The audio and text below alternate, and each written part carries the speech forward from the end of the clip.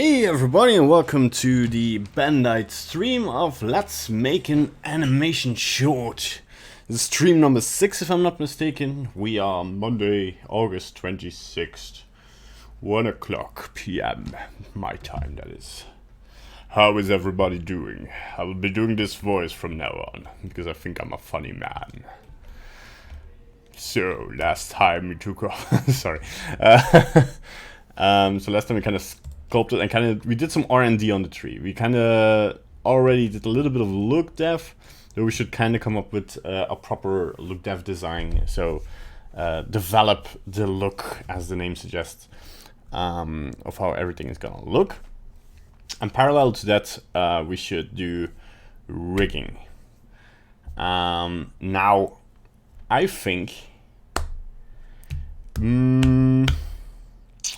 think we should start rigging so that I can do the look dev and like also the texturing and the colors and what we're gonna decide on that on a post character. So we don't have to do the look dev on the T-pose, but we can actually kind of put them in the scene and then start like playing with the shaders, playing with the textures, and then see what looks good and the lighting a bit. And then we kind of make a screenshot of like how we want to look at how we want it to look. And then we apply that in a more pipeline-friendly way, if that makes sense. So we are live. Yes. Blender says, what I'm saying, YouTube says, you're live, the internet can totally see you now. All right. Okay, good. So everything seems in order as well. Let's close my mailing program here. Okay, so we can focus. So this is full screen, right? So if you press F11, that's not right. Then you do a render. Shift F11, that's also not right. And you do, I don't know, Control F11. No, there's a full screen button. Oh my god, that's just the. If I press Control F11, I can bring up the last animation render, and we can actually see the storyboard. Not full, I think. Oh, yeah, because we didn't render it because it took so long. Yeah, fair enough. All right. Hello. Let me throw your name through a translator because I do not speak Russian. Hello, Valentin Grishkin. Hi. How you doing? Hope the translator didn't butcher, or I didn't butcher your name there. Hi, Valentin. How you doing? Welcome to the stream. Yeah, so as I was just saying, we're gonna actually start rigging the characters. So let's go open up our other file again, which is our boy model. Yeah. All right, and then press Ctrl Shift S, and then actually say 04 boy rig 01. You can name whatever you want. I like to keep my work files in one folder until we move to the shot base, that is. Okay, so now we're gonna go delete the dog for a second, so delete this creepy stuff. Okay, and let's delete the ring codes for now. We don't need them. So they're saved in the other file, right? So we have our boy. Oh, we can delete this as well. Okay, so we have our boy. Fine, play in Warfest. I don't know what that means.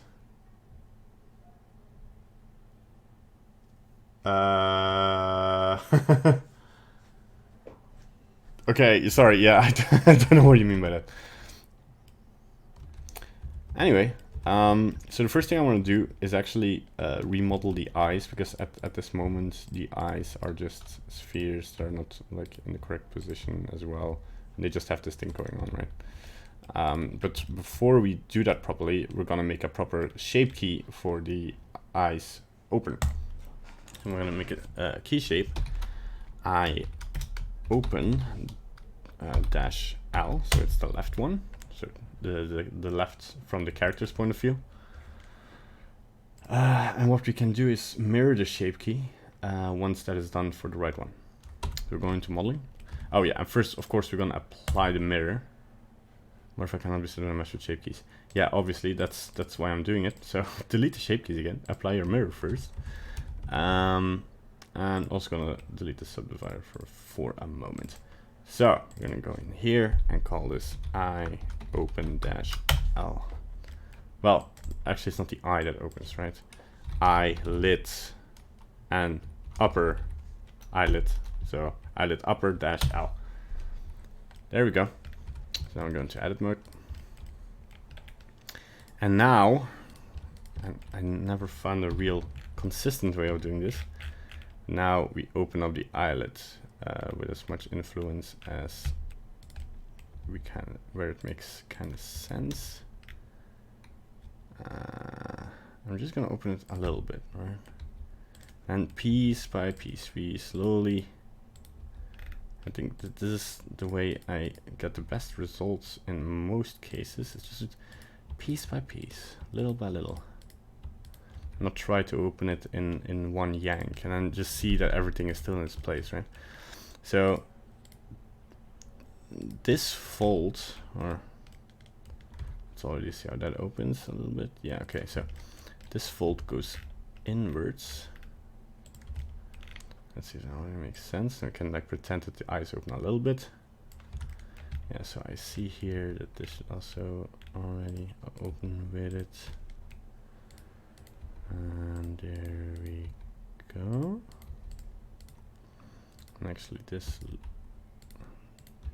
vertices should, let's see here. Let's go to wireframe mode and put on X-ray.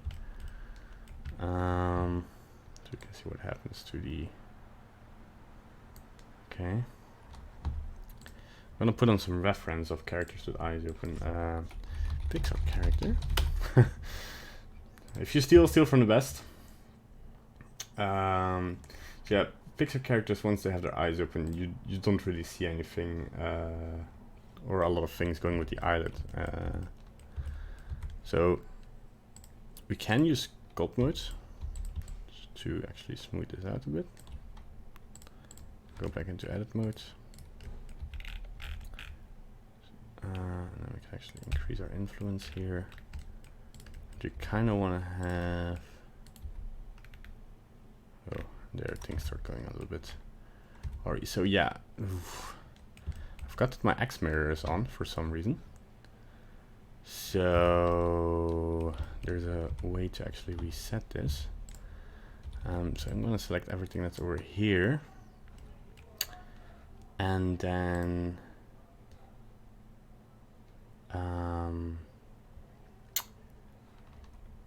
yeah, wait, it's a option.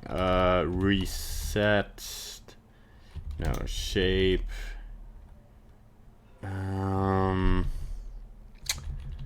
Change collision clear shape keys. Was that it?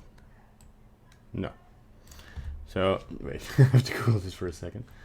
Meantime, let me get an eye. Hello, Bandit, looking good. Hello, Kenny Gottfried. Welcome back to the stream. It's nice to see you come back. We're doing shape keys now. So reset versus to base shape key blender. Let's go to mode, select the versus of to reset, select the shape key you want to modify, use blend from shape.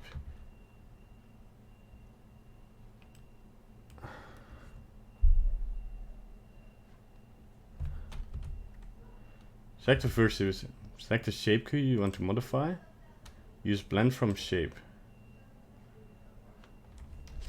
Blend from shape. Oh yeah, and then 0. Oh, no, wait, 1. Okay, yeah, that's it. There we go. So you uncheck the add button and then. Okay, there it goes. So now when we go into edit mode, disable the X mirror, and also when we go into sculpt mode, there's no mirror on. Okay, that's nice. Alright, let's go back to solid mode. I'm actually gonna also YouTube. Always look up reference. Let's see here.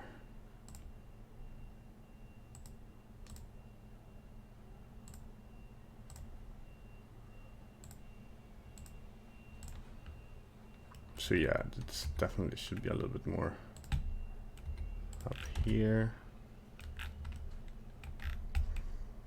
Let's see here. I think this can be smoothed out back a little bit, just a tiny bit.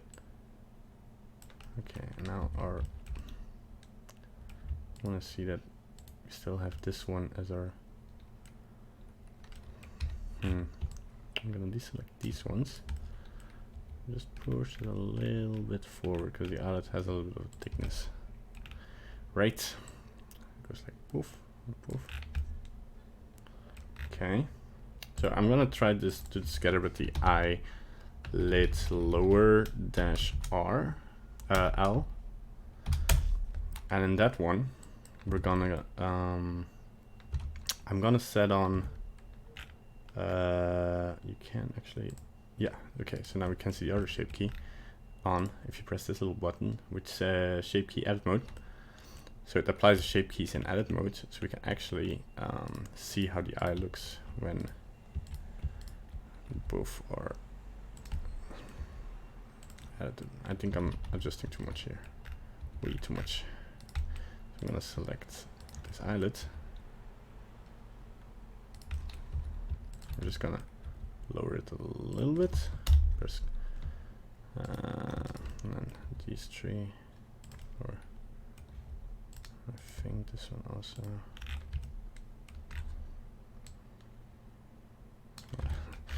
That won't be enough.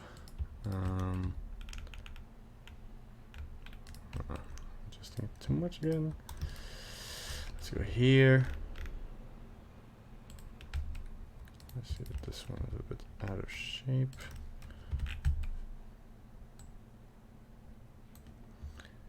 So now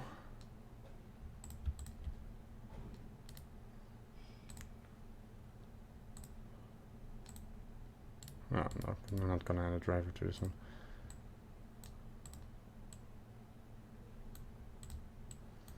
So I can just check.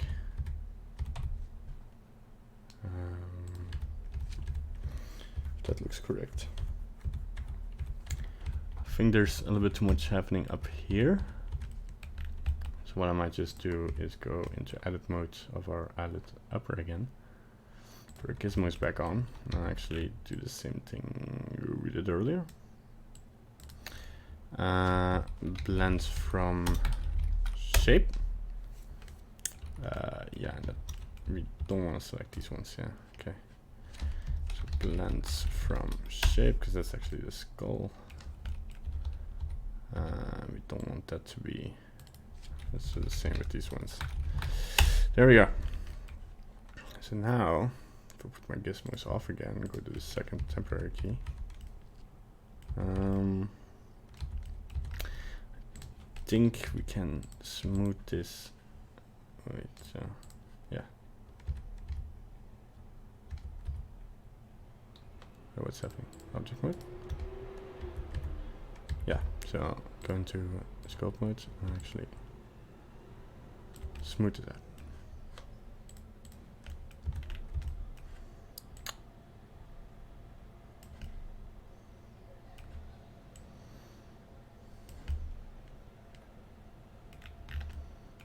So okay, I kind of want to make the upper eyelid, because I made it, it's thinner now. It becomes thinner, so I'm gonna thicken it up again a little bit.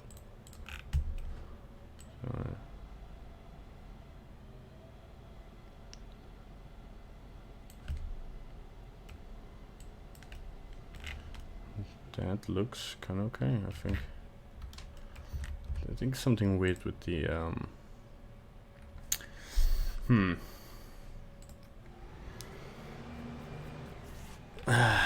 let's see here.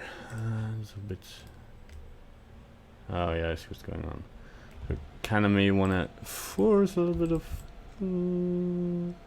There we go. A little bit too much. Yeah.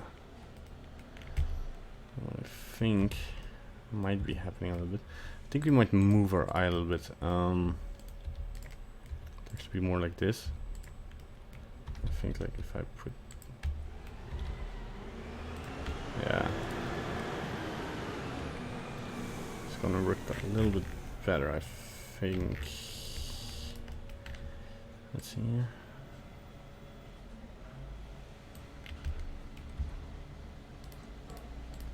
There's a lot of things moving here.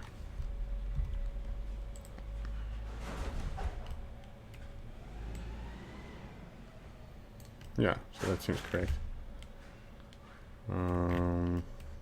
I think this one can go a little bit further. Come on.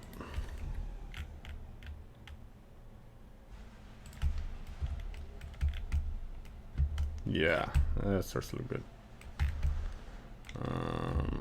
Just gonna check how big my eye is. Yeah, no, that seems good. Okay, so we can duplicate these. Then we'll see how it looks. Oh no, you have to put the value on 1, and then you have the new shape from mix, which is kind of R, and then you disable this one, you enable this one, and then you do new shape from mix. Do the same thing here, lower dash R. Okay, and at this moment they are just the same shape key. What we can do is mirror the shape key, and that's normally, if we did everything correctly, do the same with this one. Everything looks okay. Yeah, now we have a character with his eyes open. Good.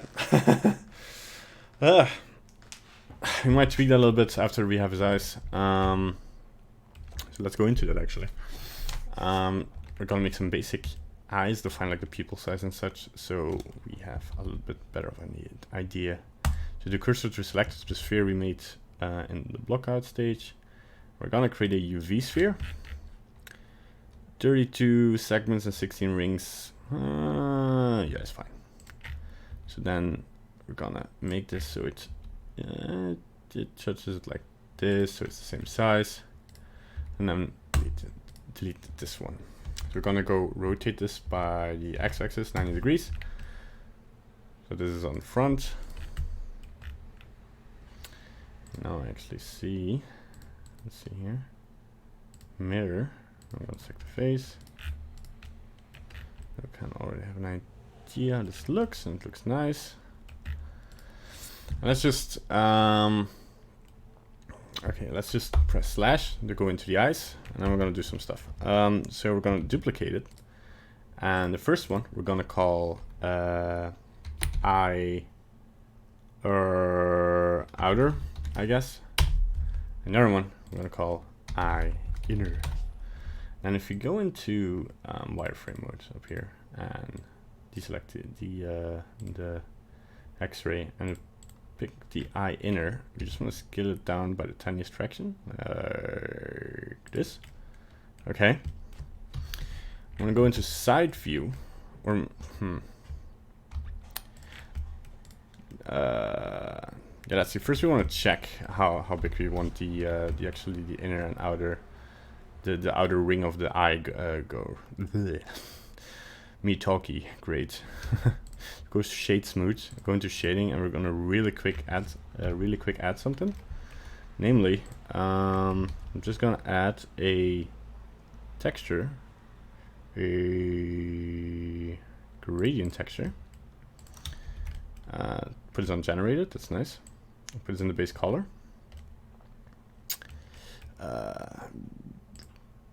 Yeah, so now it goes from left to right.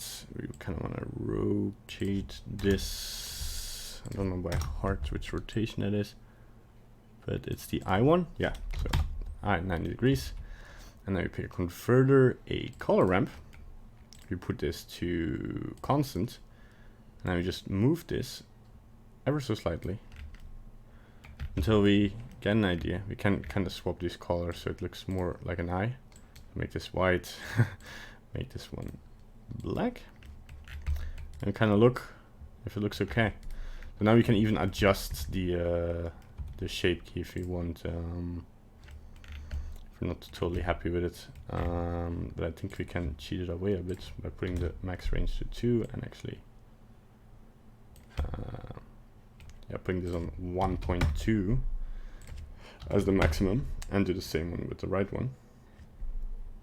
So we go max value 1.2. That's just if you're not like happy with how much the eyes go open. And do I want to move the eyes? I'm gonna hide the eye inner. I'm gonna check if I kind of want to tweak the eye position a little bit. Maybe like this. Yeah, this looks better. And the eyelids kind of look even, so yeah, this is better. Oof. Okay, I'm gonna really quickly make him gray so you can kind of see his eyes standing out.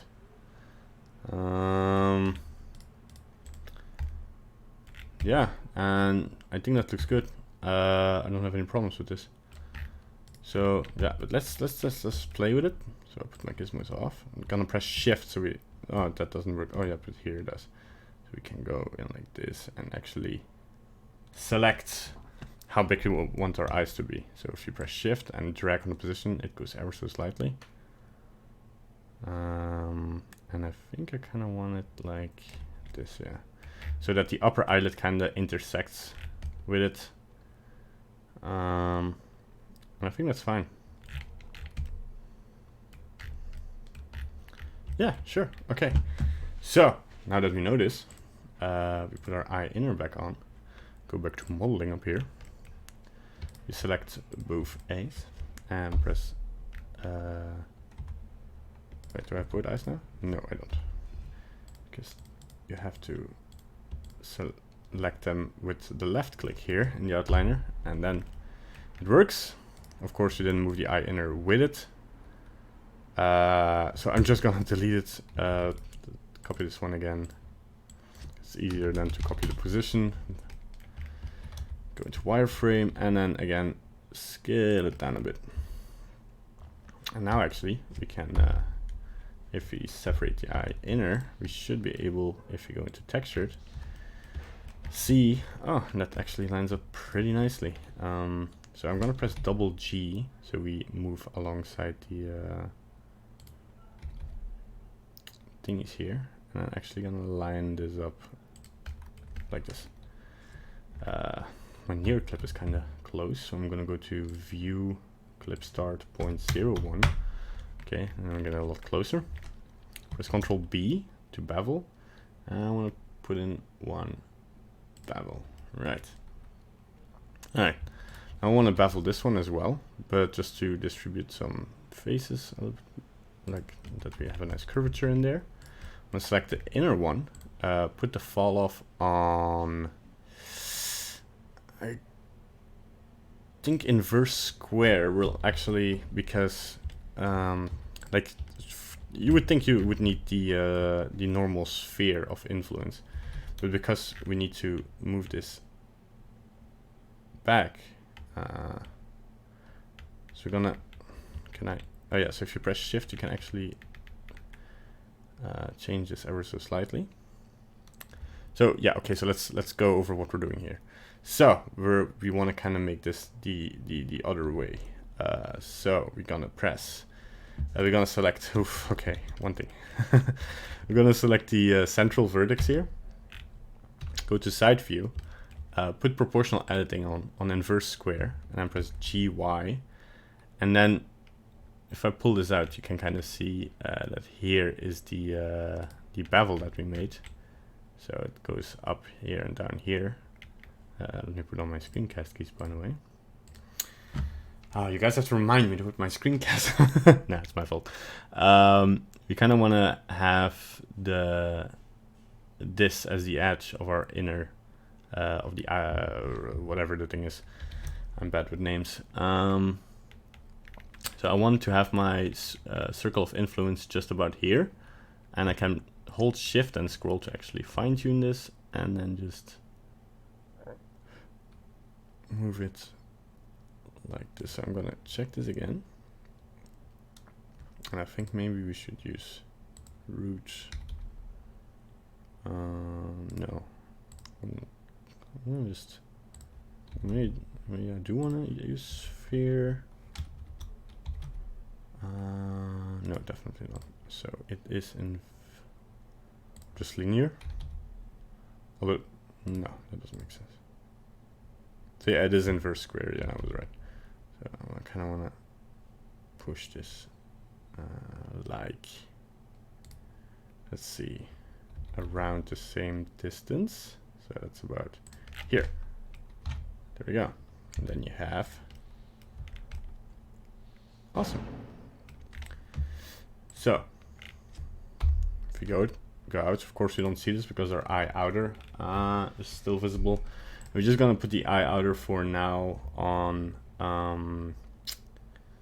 let's see here, to make our life a little bit easier, on viewport display, on display as wires. Not even that, let's put bounds, or can we make it invisible?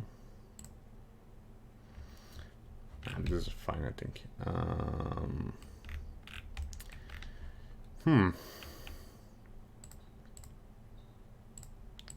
Cannot change the color of the wire, huh? Yeah, okay, let's just hide it, but let's select this one and then actually parent it. So if we unhide it, if we move this one, we don't move the other one. Okay, that's cool. I don't mind. So let's select this one, press Ctrl P object, so you can't parent objects when they're hidden, apparently.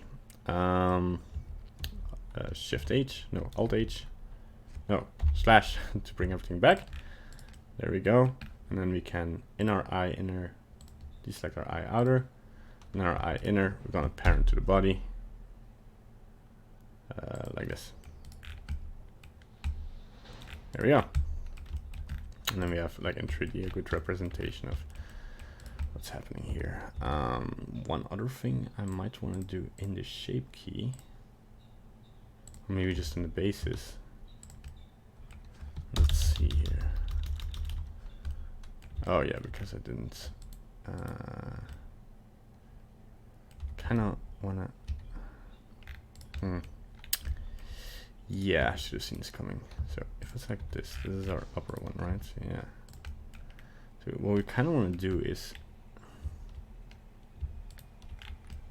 move this up, but just so you don't see it on the actual model. Yeah. So what I should have done here is make the cavity a bit bigger. So if you can't see what I'm doing, it's basically like the eye socket should be a bit more hollow. So, and I didn't put on my X mirror this time, so I'm gonna have to redo that here. So I want to check. This is my upper one, sure. Okay, I'm gonna move it ever so slightly up. This one too. This one too. I don't want to open the eye.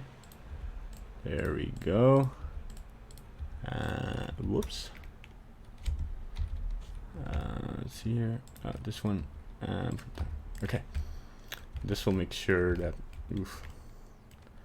This happens apparently. Let's just go into our eyelid lower L, go into sculpt mode, and just push it away. Let's just avoid our problems. Like this. Okay, and then it should be. It doesn't. Yeah. Okay. And our eyelid upper, so it's gonna cheat a little bit here. Because it's being a little bit, yeah, I should have foreseen this. So now I'm kind of fixing stuff that I could have avoided by cleaning this up earlier. The other side doesn't have this problem at the moment.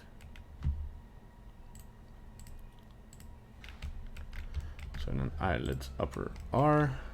I'm also gonna sculpt, gonna push this ever so slightly away. Because this is not gonna be a big issue once the lens is there and stuff, but we do want to kind of fix it before it breaks stuff. All right.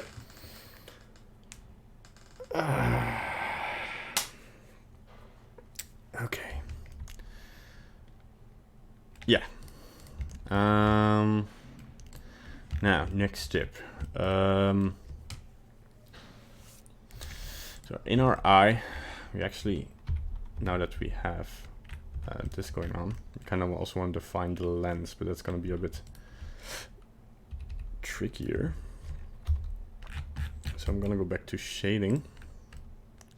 Now we see this happening, of course, which makes sense because it's just dependent on the on this. Could maybe fix it by making it radial and then actually putting it on the object. No, not radial. Spherical. No. And then try and guess where the thing is. Hello? No? No? No? No? Okay. That's not gonna work. Doesn't matter. I'm just gonna do this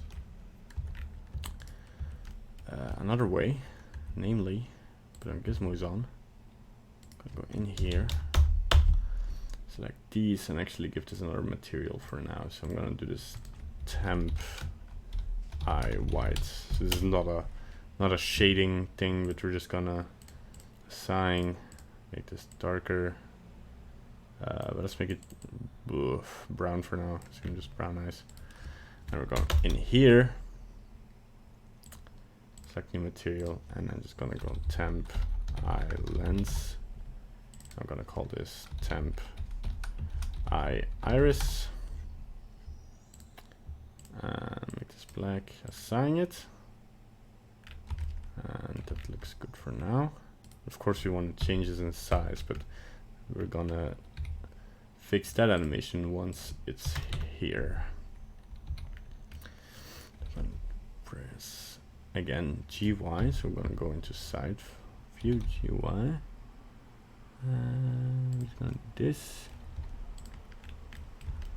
Looks fine.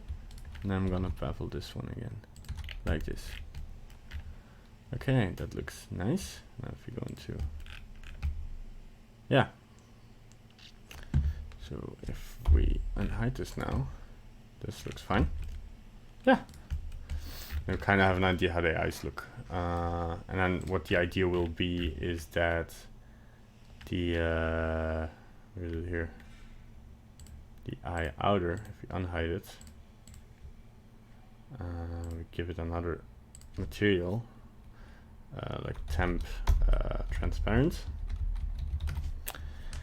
And now just make it alpha 0, or we just give it a gloss shader, I guess. Give it a gloss shader, will that work? Yes, but we need to put on blend mode. Yeah. There's alpha clip, that's not gonna work. So it has to be additive. Alright. We can see the reflection. Of course it's a bit harsh, but then we can just lower how much it's reflecting here. And it looks like eyes. Yeah. I think maybe we can increase the size of the eye inner a bit. Oh yeah, of course. Decrease the size of the eye outer. And then increase the size of the eye inner. A little bit. There we go.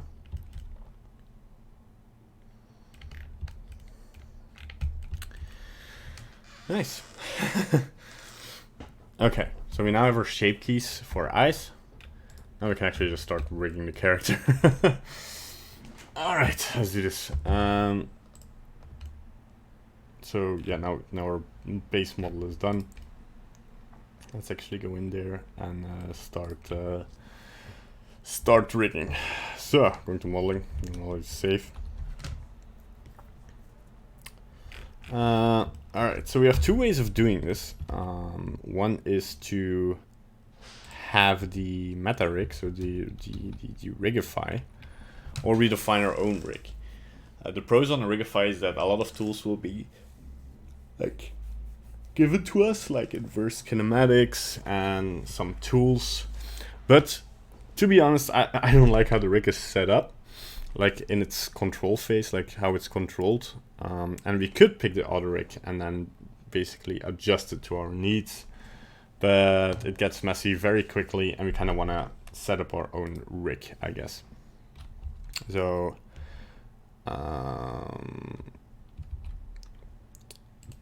we could start from one bone, but one thing I will kind of steal here from the auto rig. So we're not going to use the Rigify button, so the generate rig, but we're going to use this to actually get us started with the base bones we have to make anyway. So I'm going to delete the hand because it's going to be easier to make that from scratch. I'm going to delete these bones because we will not need them for this rig. I'm just going to go check if all layers, yeah, so we kind of want to move also all layers to one layer for now. Good. Can I not? So not protect these layers. Okay, good. Oh yeah, I kind of want to also delete these ones. Okay, I'm gonna press Alt G, put it in the center, and just scale it down until the feet somewhat match. All right. And then press Ctrl A, apply the scale already, and then just go into edit mode. So, all right. So we kind of up here we have our X mirror again. If you don't see it, this is what we figured out last week, is that there is a button for, if you right click up here, to not show the header. And if you press this button here, yeah, so there's a small arrow here. If you press it, then you get some more options. Like in some views it's disabled, in some views it's enabled. And I guess it depends how you want to work. I'm just gonna move these up.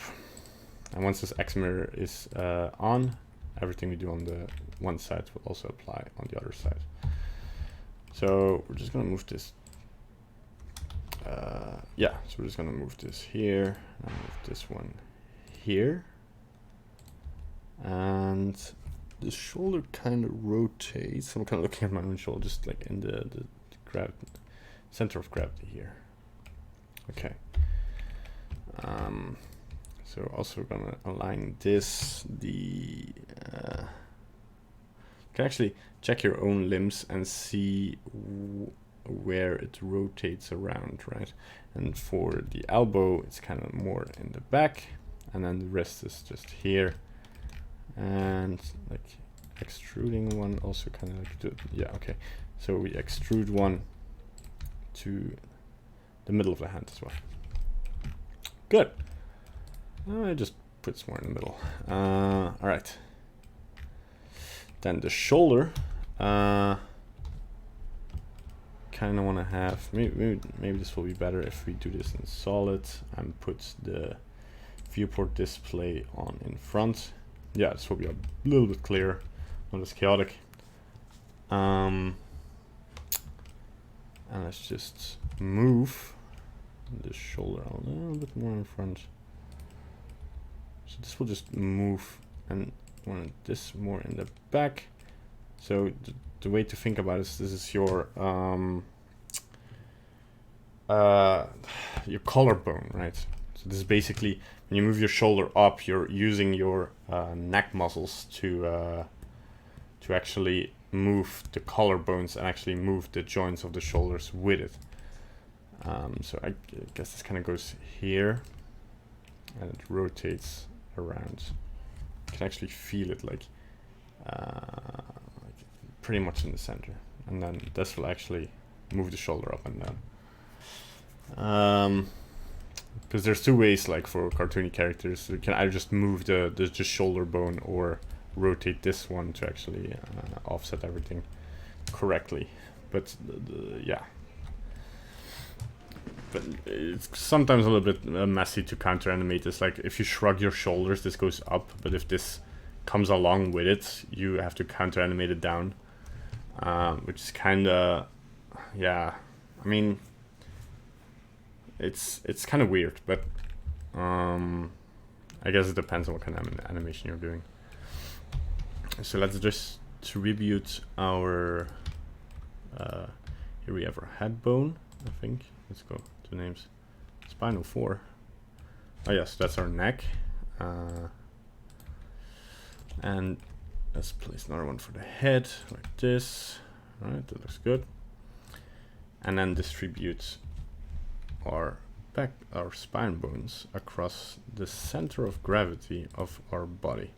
So what I used to do, because like a lot of people, I was like, yeah, okay, but your spine is in the back, so everything rotates around that, right? But actually, if you rotate your torso, the thing that it's moving is your muscles, and your muscles are that you're using are all around your waist. So your spine automatically follows that curvature that your body makes. So you're rotating yourself over the center of mass. And actually, I had to find this out myself. I can't. Well, I did find somebody who knew that you had to do this on a forum of a Maya animation, but he couldn't tell me why. And I think there's a lot of artists who know this, but apparently it's not shared much online. But that's the reason. You kind of want to have this in the center, like kind of the center. Maybe a little bit more towards the back, but you don't want to follow the actual spine. Okay. Now we have our hip bones. Actually, I want to think what we're going to use these for. We're not going to use these, so we're going to just delete them for now. And then I'm just going to grab my leg. And of course, the leg kind of rotates around here. If that makes sense. Kind of the curve of the buttocks, I think. Okay, if you're in doubt, just grab a mirror and just check it. You can always adjust like after we skinned, of course. But then the knee, let's see here. That's just kind of around the middle as well. So just check my own knee, by the way. That we want to go down to the joints where we rotate our foot. So it actually locks down here. And we have our toe here. And we kind of want to use that to animate this so he can stand on his toes. So I guess it's being a little bit more forward. And this is our heel. But I'm going to delete this bone because I'm going to make my own control bones for that. Yeah.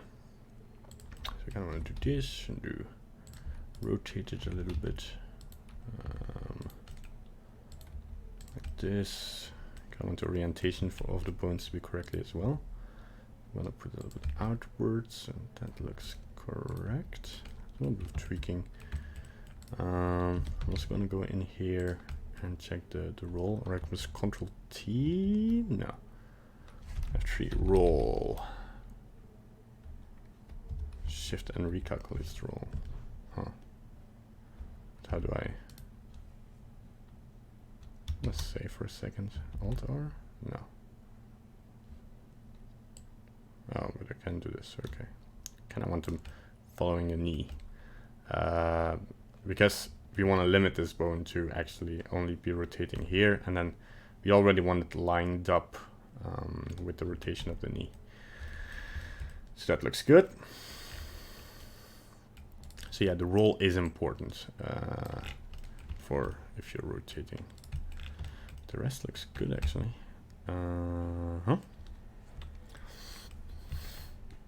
Alright. So I actually kind of already want to skin this. So I'm just going to check if there's no subdivision going on here. So I'm going to save this just like to test it, of course. Just going to press Control P with automatic weights. So we got our meta rig here. We kind of want to rename this to rig-boy. All right. Oh yeah, I mean, of course, we want to go into edit mode and check our names, right? So that everything should be fine because we used the, yeah, except for maybe our head. And we did make the hand dot al. That saves us a lot of time, you know. Oh wait, that's hand dot r. Yeah, there we go. So, okay. Now the next thing I want to do is actually select all the other. Cannot. No. Uh-oh. No. Oops. Just I think we can just click and drag like whoop. Okay, there we go. So we hide everything except for the actual mesh. What is this? Why can I still see eyes?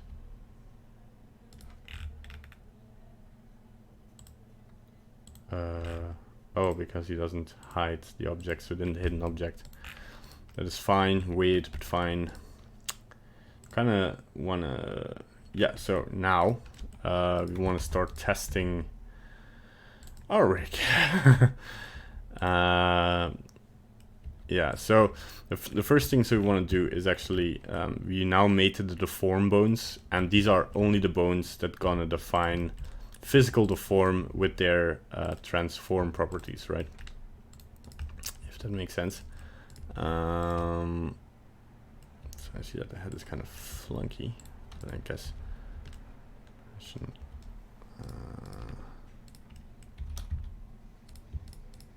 So if you rotate, I'll accept this one. And after that, we just want to put in the bones that are not going to deform anything as control bones. So we're not going to use this rig to animate in its purest form because that's just going to take forever. Although I also forgot the fingers, so we're going to do that in a second. Yeah, we should do that now. So I'm going to go select everything, press Alt-R to reset and Alt-Scale. I was a little bit too fast. And then I'm going to just go into object mode, press Alt-P, and clear parent. Now I'm actually going to delete all vertex groups.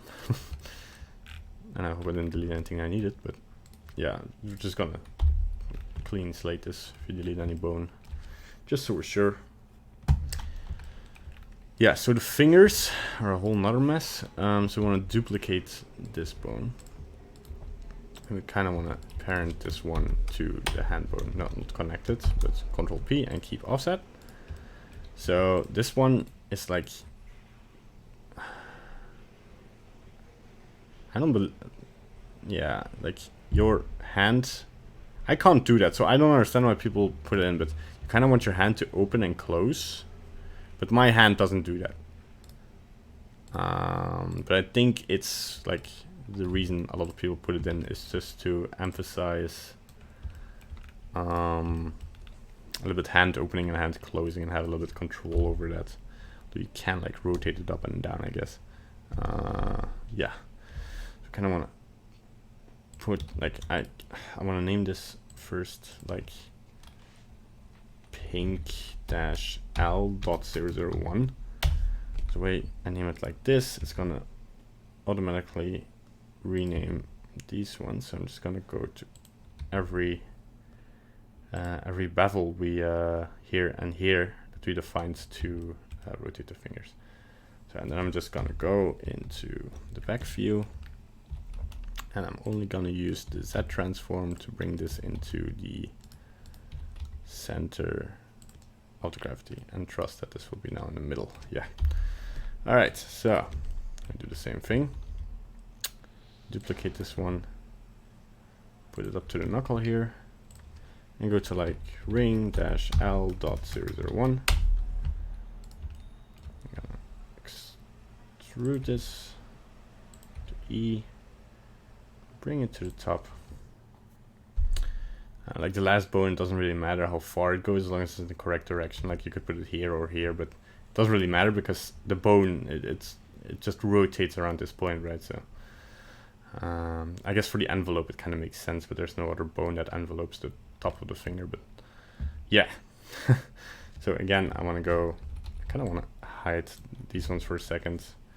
Go into the back view with Ctrl-1, and then just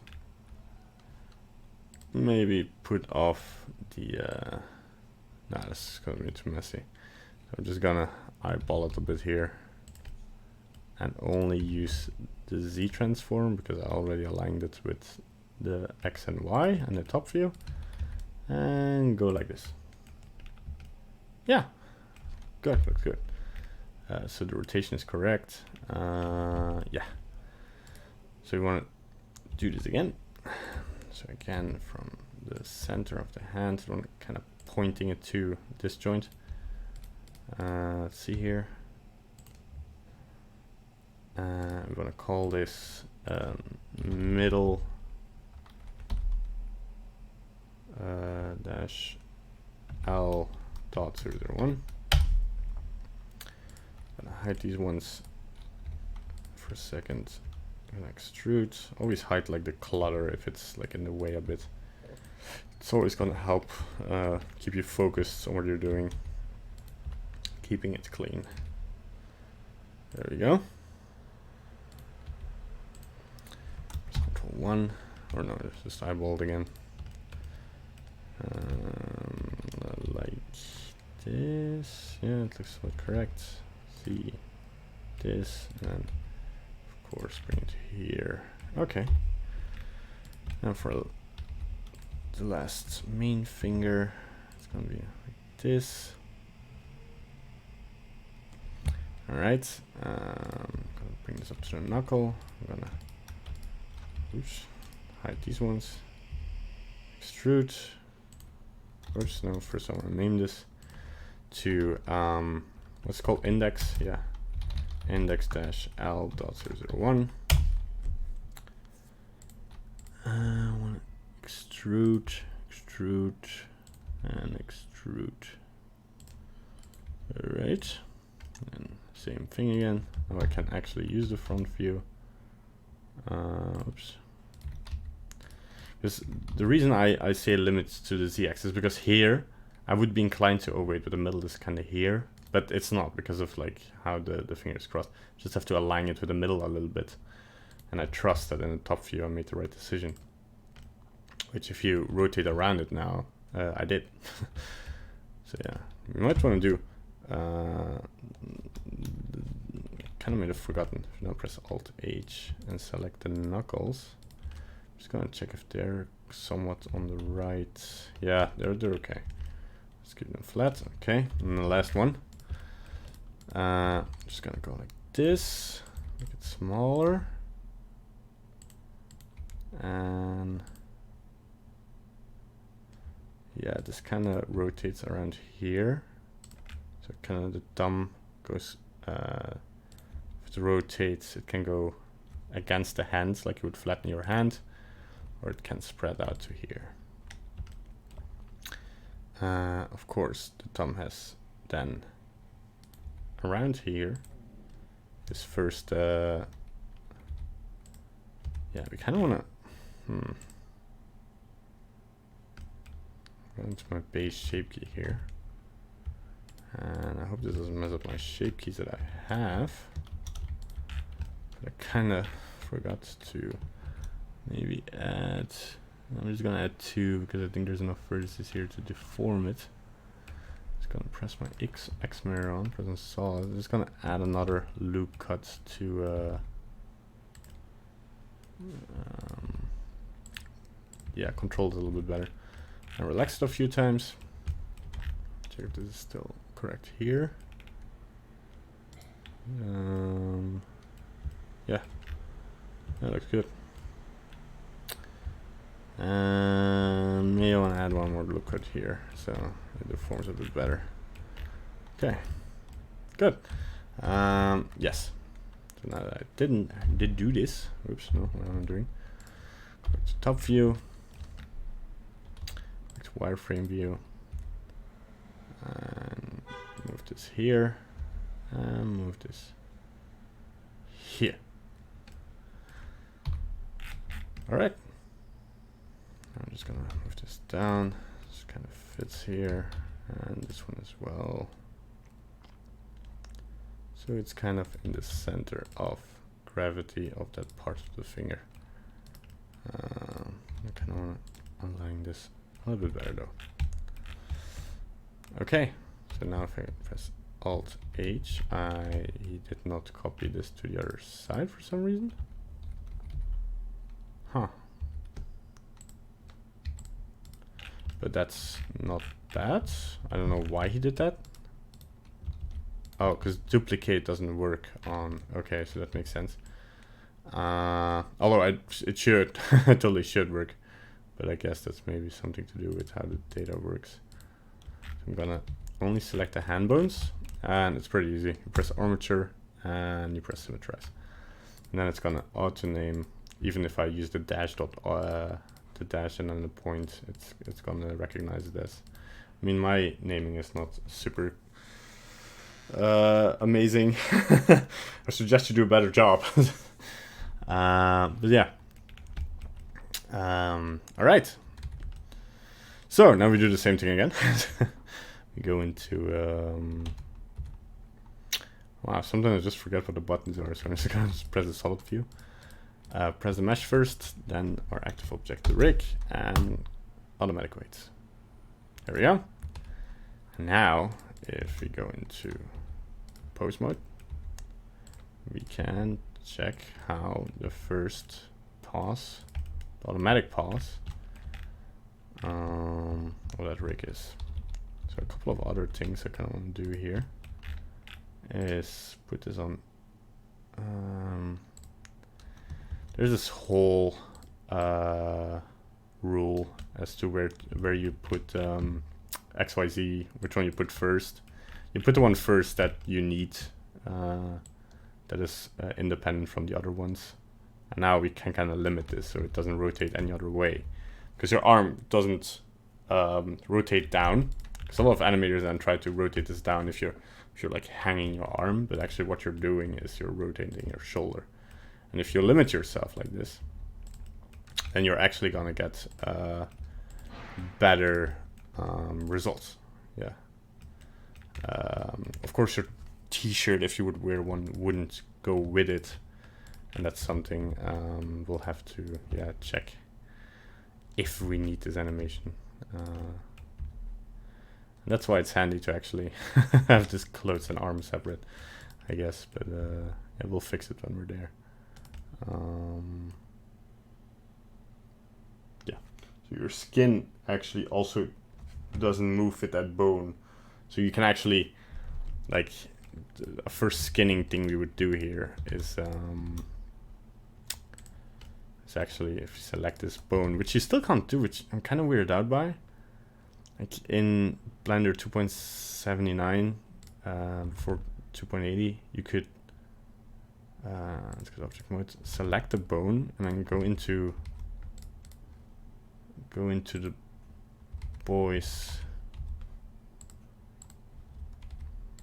You can actually select then the weight paint, but is there a special thing for that? General, no.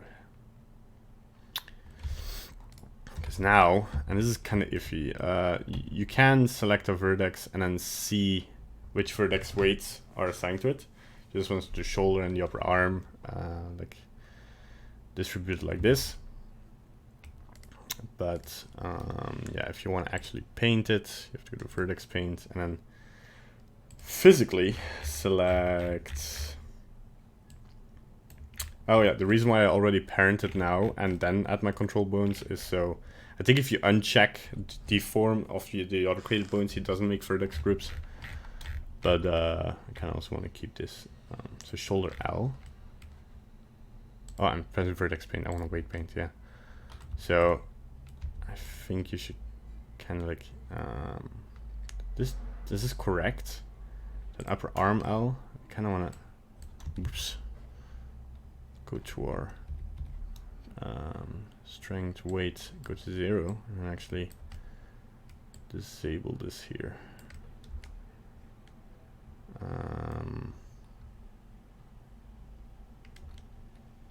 Actually, the only thing it deforms wait, this is a shoulder. I'm not doing this correctly. The upper arm, yeah. So you kind of want this. Okay, so yeah, the shoulder should be fine. Also, be sure your X mirror is on because you want this to take effect on both sides. So yeah, you want to wait 0 and then move this all a bit away from here. Because if you rotate your arm like that, you're actually not rotating a lot with it. That's actually but that doesn't make sense for the position, of course. Yeah, so here, like, this already calls for a control bone, actually. So we kind of want to have one that we can't rotate, but deforms the arm. But the thing is, we kind of want to do this, right? Without the shoulder, like, popping out of its thing. But if I'm gonna try this. Some weight painting before, but apparently that knowledge is lost to time.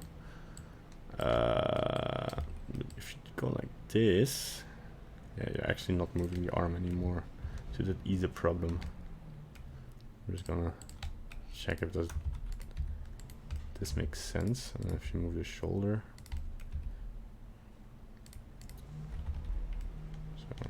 Rotate it down. Yeah, no, that's not gonna make sense. So I'm just gonna Control Z this. And then I'm gonna have to check how we do this with control bones. So there's two things we have to do with the rig now, and that is, one, we want to add control bones where this makes sense that actually control these bones. To like not have to animate everything separately, of course. And then the other thing is the actual skinning of the deformed bones. But for that we need the control bones, I guess. So it all makes kind of sense. So let's start with the easiest thing first, which is the feet. I actually put in a inverse kinematic thing in here. So we want the bone actually to be. You can actually automatically do this. If you press Control P, no, wait. You have to do this in edit mode, right?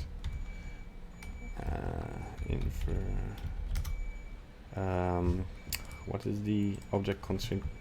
Control Alt C? No, Control Shift C. Yeah, there it is. Control Shift C.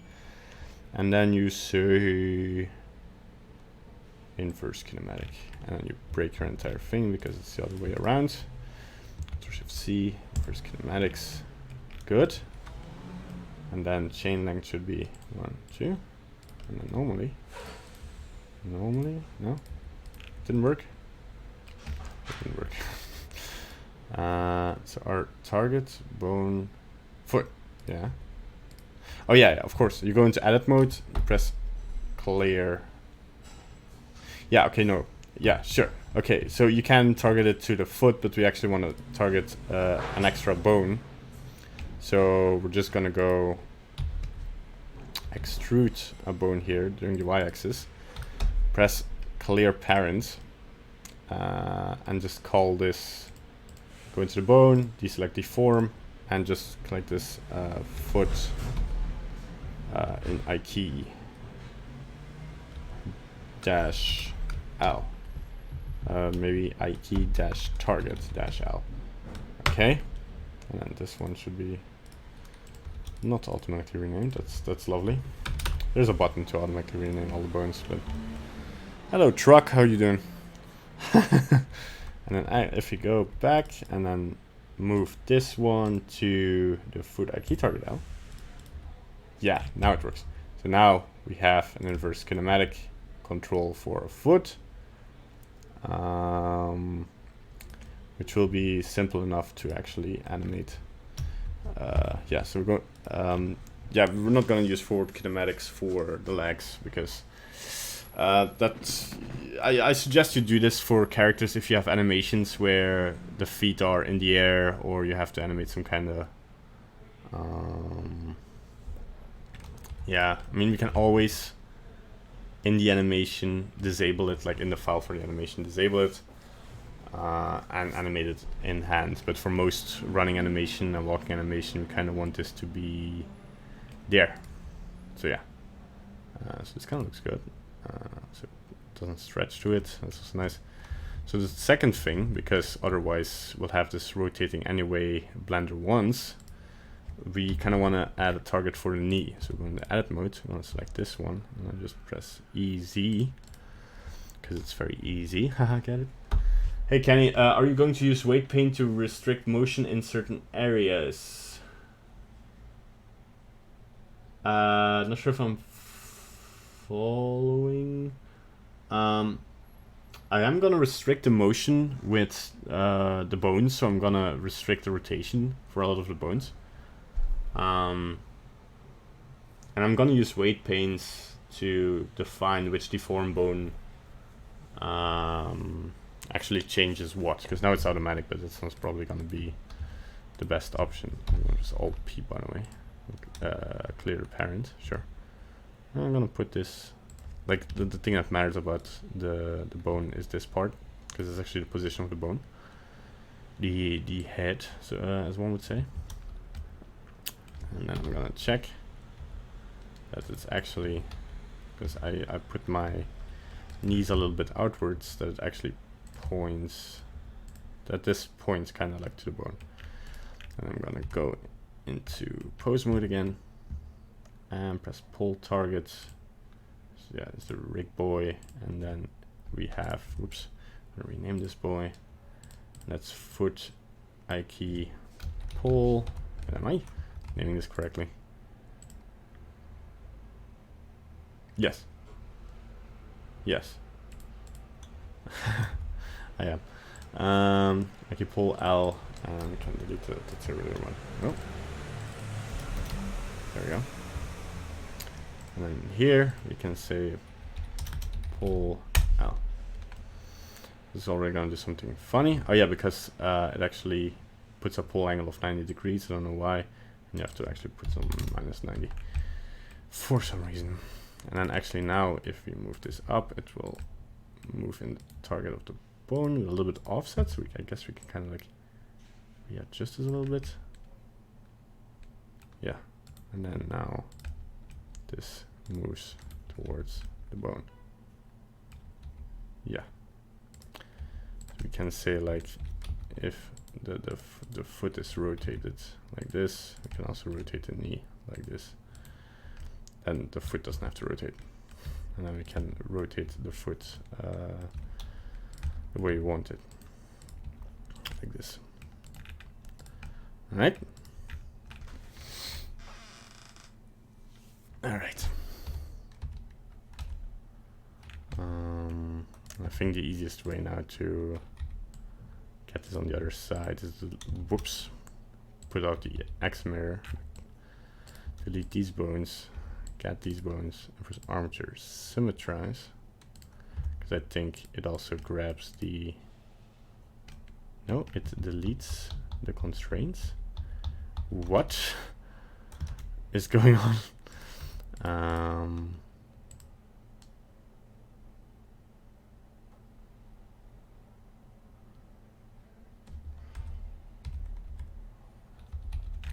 Why did it delete that? Oh, because this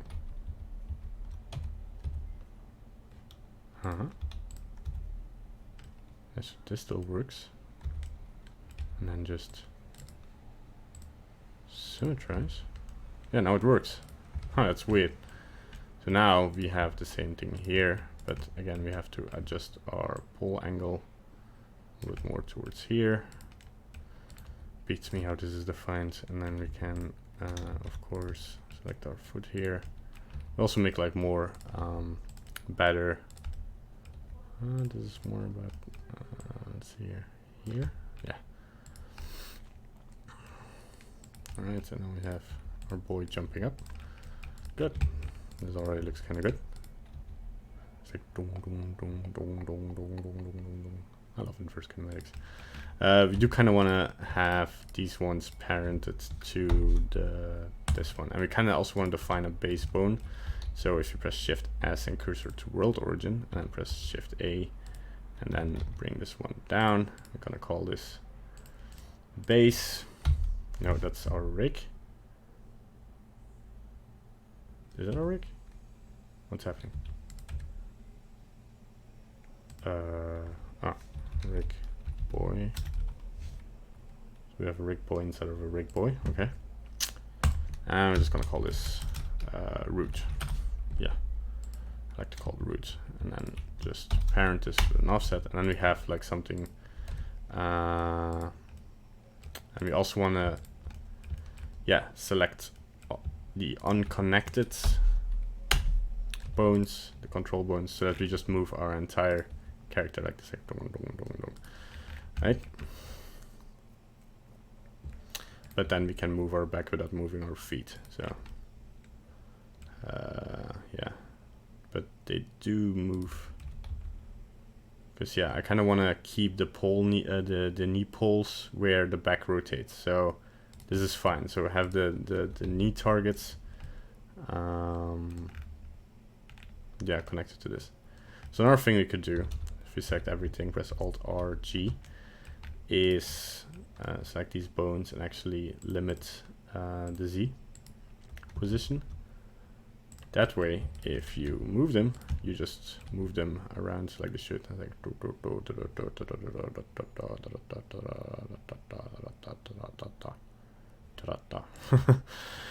Now we can make our boy sit fairly easily. Oops, that didn't work. Why can I move them down suddenly? Oh yeah, because it's local Z. Oh, this ought to be fun. So here it's the X axis. No, here it's the Z axis. Right. So this is, if you press CZ.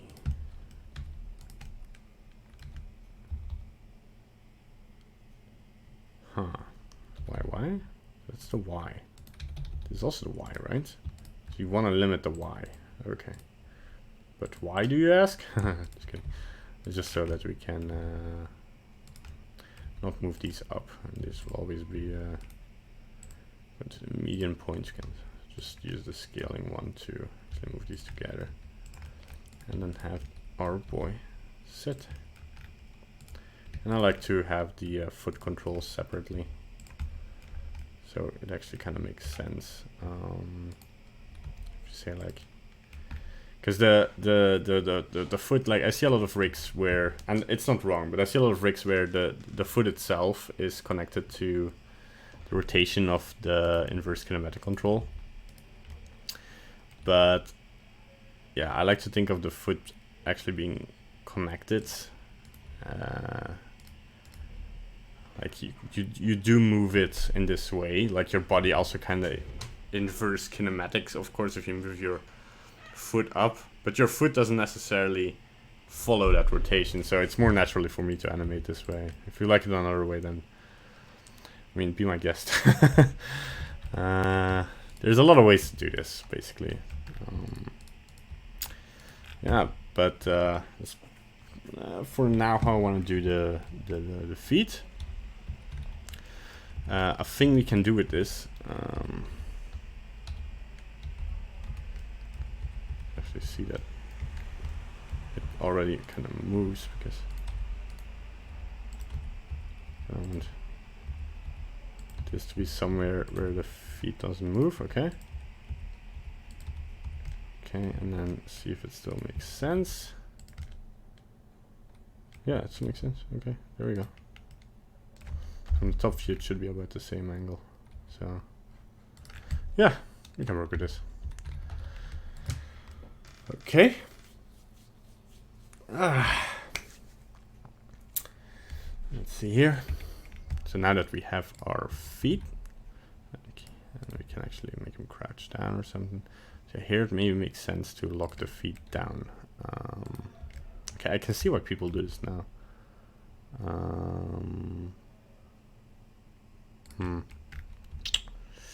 Yeah.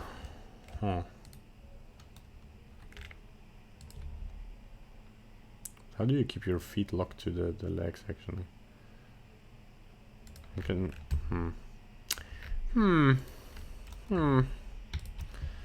Let's come up with something smart here.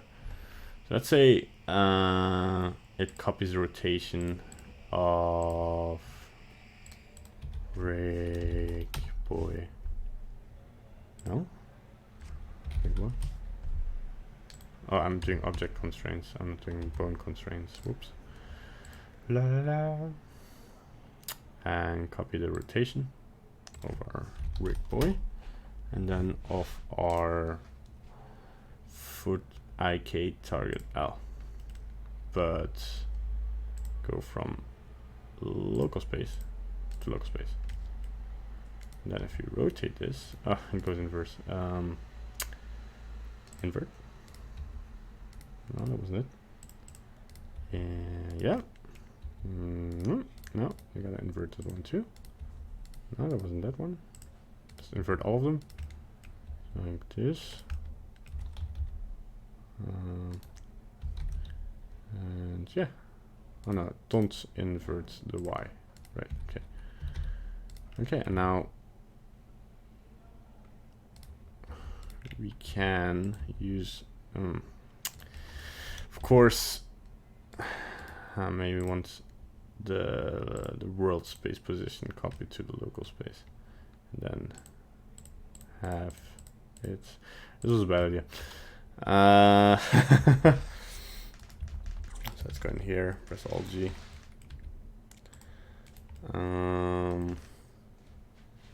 Yeah, so we kind of want our foot parented to this.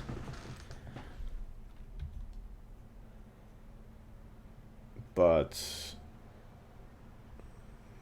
yeah, it makes sense. Let's do that. Go into edit mode, press Alt P, let's disconnect the bone, clear parent, and then make it parent of this and keep the offset. So it doesn't really matter. Then now it will be, you can stretch the foot, but now the foot keeps straight, and we can actually, yeah, you can actually put in a second I key in there to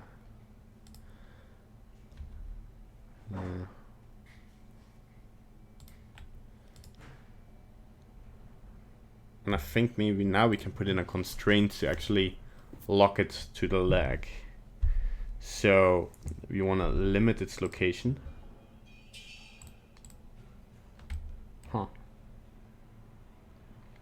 Local space. To actually all the axes. So we don't want it to move. And it still moves. Of course, because it's not moving, its parent is moving. That makes sense. Yes. We're gonna cheat a little bit. Where we're gonna pick the human metal rig for a second. I'm just gonna select this rig, to rig, and generate rig. It's gonna take a while. By the way, so far this is stream number 6, we haven't had a single crash, I say confidently, while Blender is loading for longer than 10 seconds.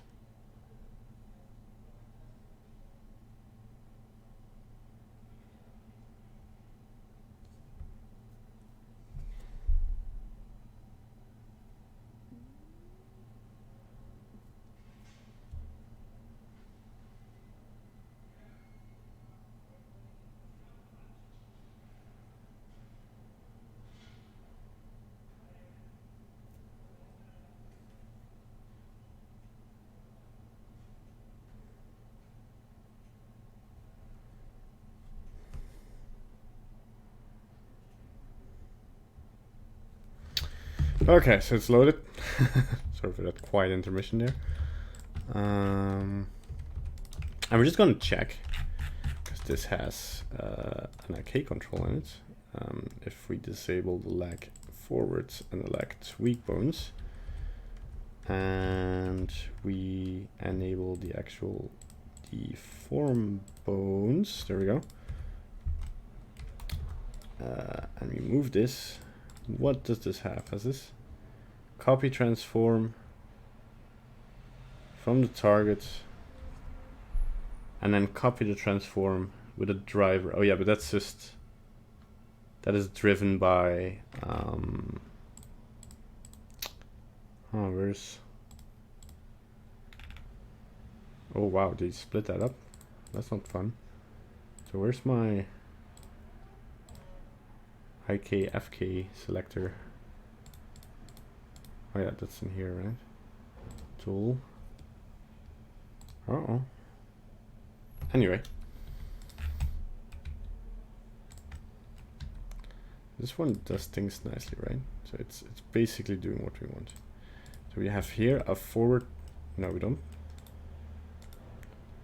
Are they driven fully? Like, this is why I don't like this rig. I mean, it works.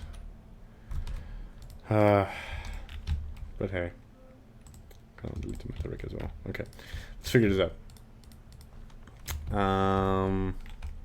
Let's figure this out together. 'Cause together we are strong.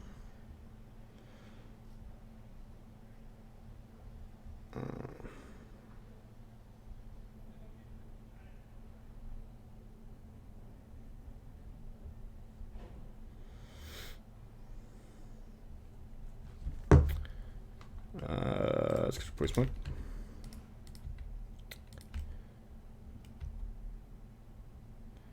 So what if we do, like, I'm gonna do something crazy. So I'm gonna delete these bones, which is gonna make this one miss a target, and I'm gonna make it the foot, right? So the foot dot L, and then it just works. Okay, great. All right, that's how you do it. Another thing, I don't get this the stretches on, but because we cannot like parent this, right? If you connect this, then it doesn't work anymore. No, that's what I thought. Yeah, so kind of wanna just to. Okay, so this is kind of how we want it. Then of course we kind of want, if we disable the stretch, use tail. Whoa, there's a ninja kick.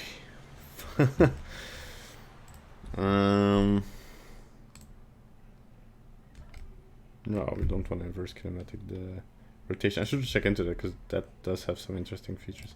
It just also copies the rotation, which could be handy for some stuff, you know. We don't want that.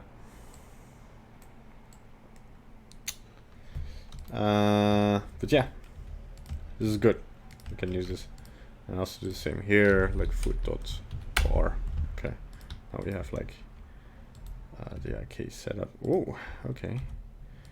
We forgot to parent you to this one, I guess. Yes. And I'll go like dum dum dum dum. And I can go like dum, and then actually have the IK respond to the rotation of it. Right, nice. Whew.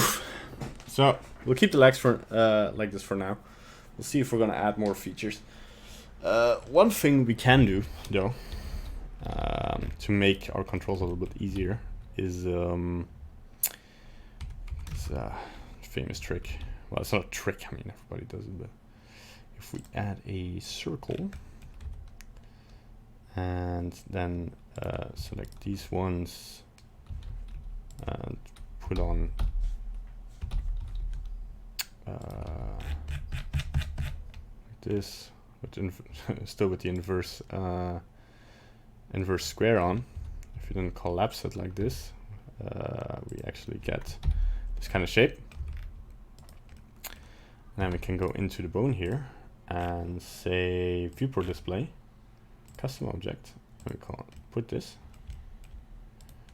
and then we actually go into object mode, get this object again, and then maybe well, you can scale it here as well, right? So you can scale it a bit, but we kind of want it to follow the foot.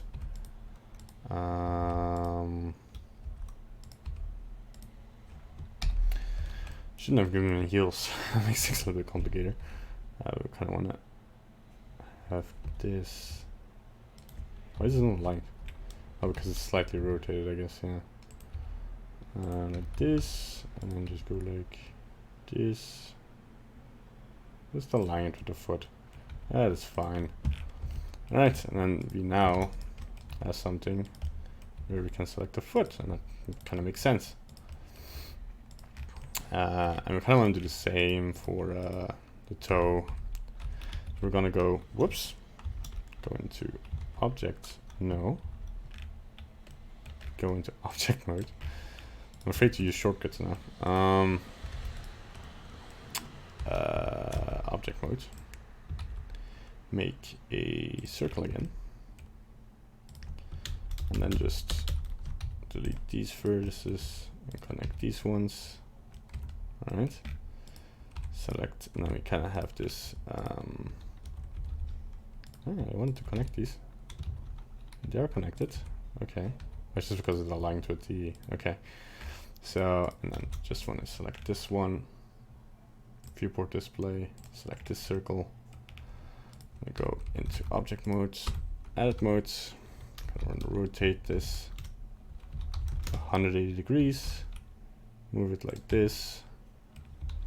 Move it up. Just get it in the x-axis.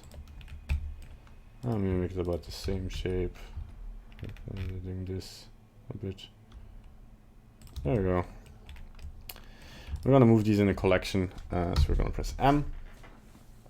I'm just gonna call it hidden objects. Okay, and then we're just gonna hide them. So now we kind of want to do the same for. We're kind of also gonna give them a name. So circle 1, we're gonna say rake foot. This. Let's give this a proper prefix, as they say. DSP for display. I'm inventing stuff. And DSP rake. Oh god. DSP rake toe.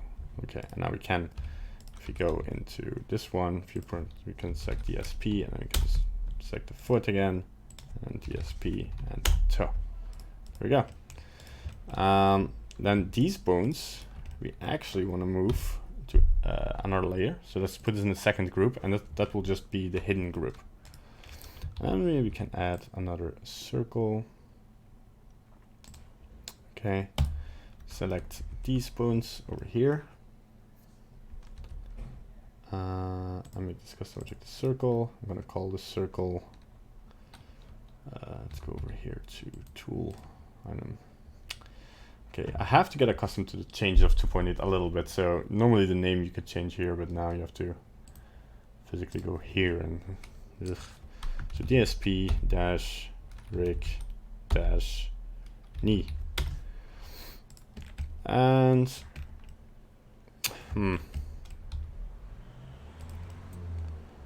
kind of not just want this to be a circle actually. So I'm gonna just duplicate, rotate Y or X by 90 degrees. Yeah, duplicate and rotate by Z 90 degrees. Yeah, so and then make that a little bit smaller. Move this to the hidden objects. And then in post mode, we'll select for the bone, yes, custom object DSP. It didn't work. DSP rake knee. Okay, and here select the DSP rake knee. There we go. Now we have nice objects for those. And then now we just see the controls, right? So now we have most of what people do as well for the base. Whoops. Every time I press caps lock, screencast keys crashes. So we're gonna save.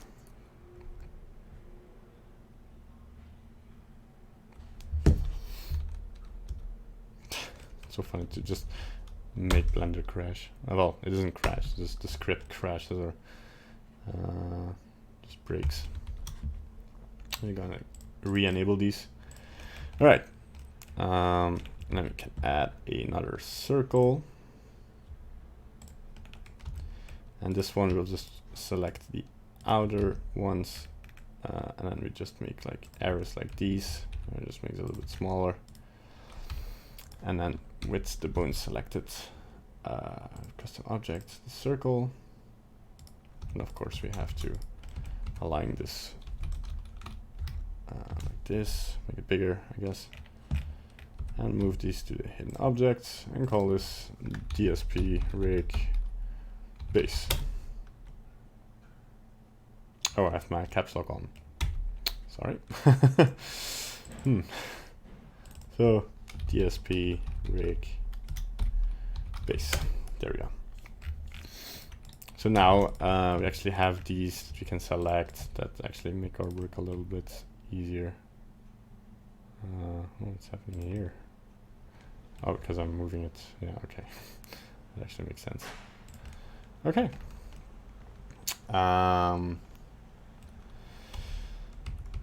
So if we now go into here, into the rig options, and we have our layers, we're gonna select this layer again. So I want to try something. So we're gonna Alt-G this, because we actually kind of wanted to limit the rotation on this, right? But I don't think so. That is the X, yes. So we want to do this XYZ Euler and then limit this. I'm not sure if this overrides. Whoops.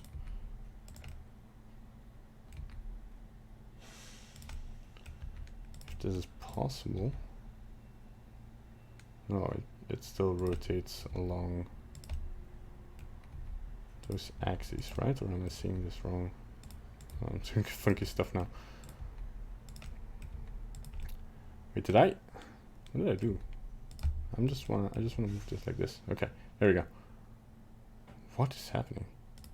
Oh, because this is on. Yeah, I'm projecting it up on itself. Okay, never mind. My little magnet on top here was on. It's weird. So let's go whoop and whoop and whoop. Boots are made for walking. This stuff's way too fun. We can be like this, right? And then we can animate our foot actually like this, like this. Actually, I don't want to limit the rotation of this one because it can rotate a little bit, right? You can rotate your feet a little bit to the right and a little bit to the left. You could limit it, but I think like for the cartoony effect, I'm gonna spend more time tweaking that value of like the maximum value. I can rotate it here and here. That just as easily, like we can just leave it as this. Okay. So let's go to object mode. Let's actually select all the bones and press Alt R, G, and S. We just reset all the bones to their rest position.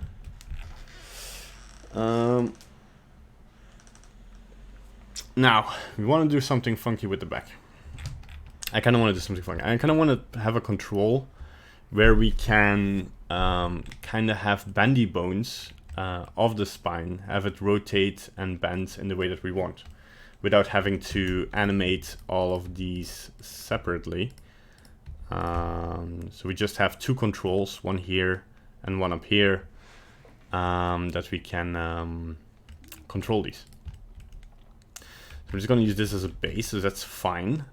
And I don't know how the bendy bones work, but I saw them and they look kind of. So we have bendy bones here, right? And if you press segments, I don't know what that does. So we're gonna try it out. I'm just gonna go to object mode. Gonna add a single bone, and kind of want to subdivide it. Subdivide it, yes. Maybe subdivide it again. Now I want to know how this works. So in pose mode, This doesn't do anything. So plus 0 segments. Okay, or 1 segment, I guess. I don't want to animate it. No. This doesn't do anything. Okay, so we have to Google Blender bendy bones. Yeah, there's a very good short tutorial by Jayanam, which I've seen. Thanks for that. And the way he does this. Oh, okay, yeah, so it's one bone. Oh.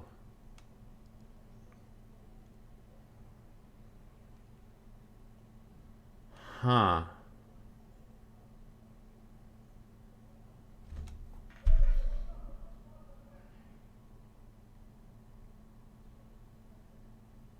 No.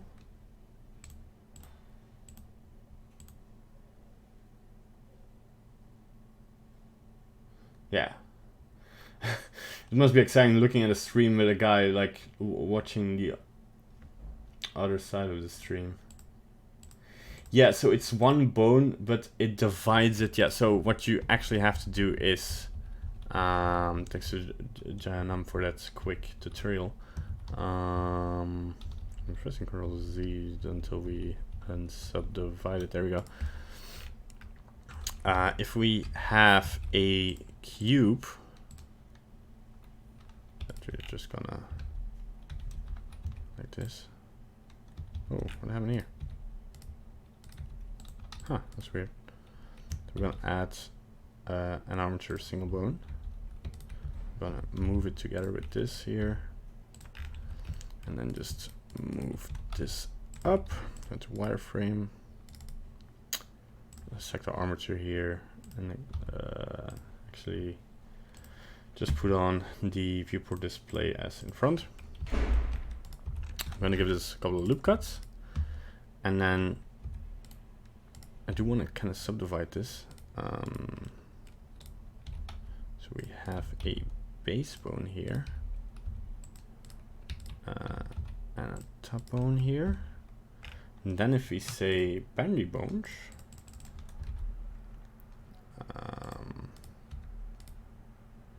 oh yeah, of course you want to go to parent this. Then it does this, right?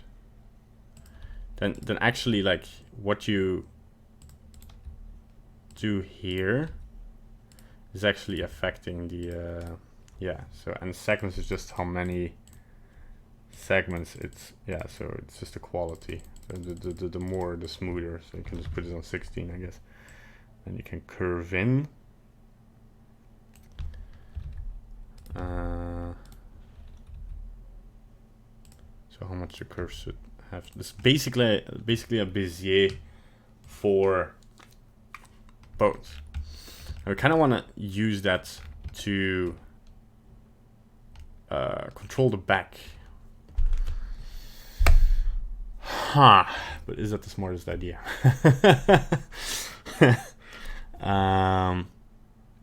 Because there's that or inverse kinematics. And I think for this example, because it's not a mesh, we kind of want to have this bendy bone option, but we kind of want to just control the bones here. So we are just gonna press Ctrl+Shift+C, inverse kinematics, realize what we did wrong, do it the other way around, inverse kinematics. It breaks, of course, because we still have to go chain length 1, 2, 3, 4.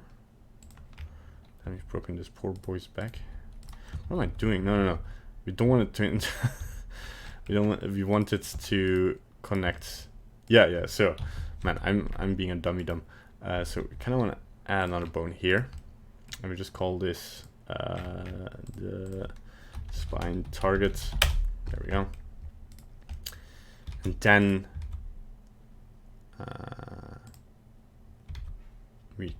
we want it to take this and then this. No, this and this. Getting better at this. Reverse kinematics, and then we put our chain length to 3 or something. And then, oh yeah, I should disconnect this bone. And then in post mode. Okay. Oh yeah, because we disconnect, we have to clear the parent. Yeah, I always forget that's not the same thing. And then, I want to put a chain link to 4. And then this happens. Oof, this is not the desired result. So if you do the rotation as well, I guess we kind of want our control bone to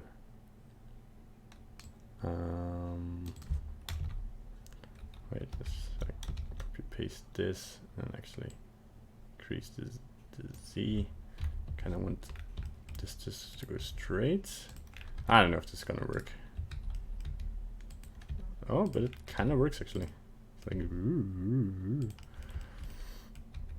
And the base keeps connected, and it's just like I need to make this feasible. Like, so it rotates. I guess we want the chain link to be maybe 3, because we don't want it to rotate our hips. So and now you can just see. Oof. We don't want it to move actually. We want to lock the movement and just press the XYZ yielder and just go.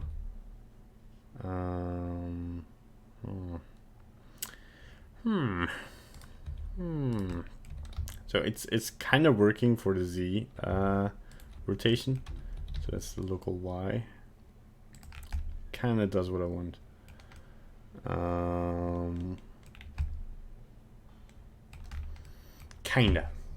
Just kinda. Man.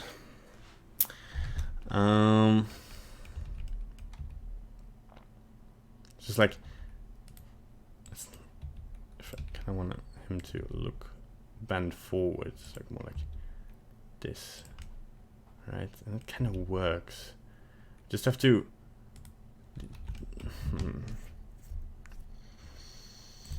What if it doesn't use a tail? What does that imply? No. Use a tail. Yeah, of course. Because otherwise it's just gonna copy yeah, what it does. And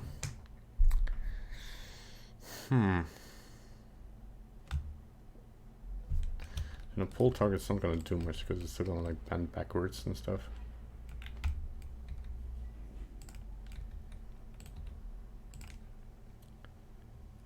I mean, this is not an unnatural pose, right? This is just, it's hide our other points for a second. Oh, it doesn't hide them in. Okay, fine. I'll hide them again, as you wish. There you go. It's like some poses are not unnatural per se. Just like it's like animating this seems like it's not gonna save time, because that's in the end what we want to do with inverse kinematics and the system is to save time in animation, right? If that makes sense. But if it doesn't save time in animation, then we might just as well not use it. But maybe we can set up our bones better. So let's see here. So maybe you want to delete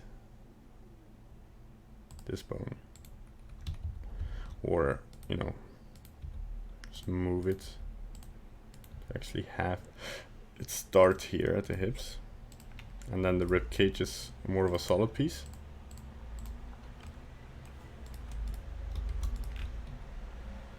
Yes.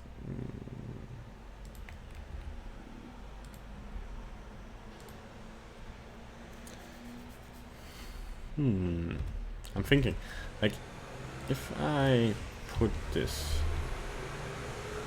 around the hips,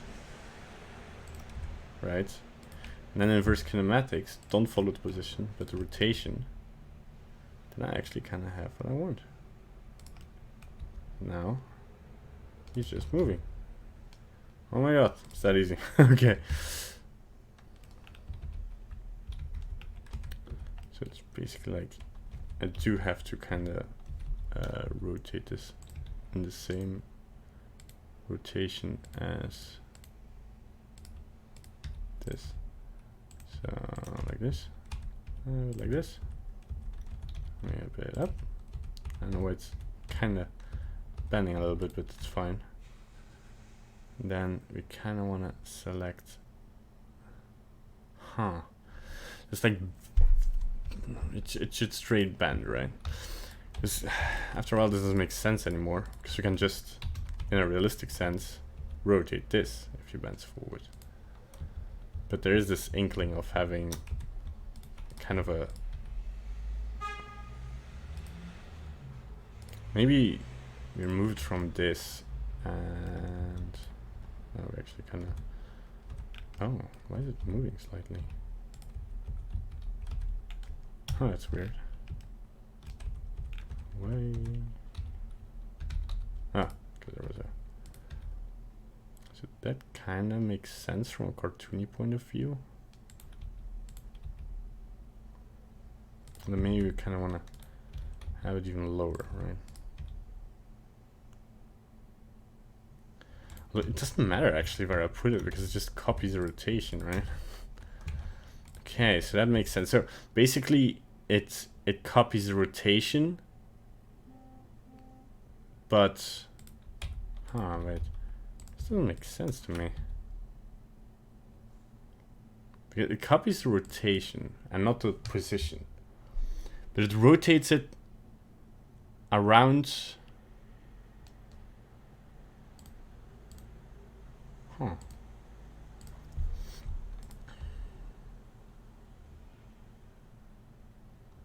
I don't know. It doesn't make sense to me. Although I think what happens is that it divides the rotation. Yeah, I see what happens. So basically the math behind this is that it divides the rotation of this. So this is 180 degrees, and it divides that between these two bones. So this one's going to be 90, and this one is going to be 90. Okay, so that makes sense. So the inverse kinematic is probably not the way to go then for this. Because we don't want it to copy rotation, we just want it to track something. If that makes sense. Wow, we're already almost 3 o'clock. Yeah, rigging takes time. Time and love. So let's see here. Yeah,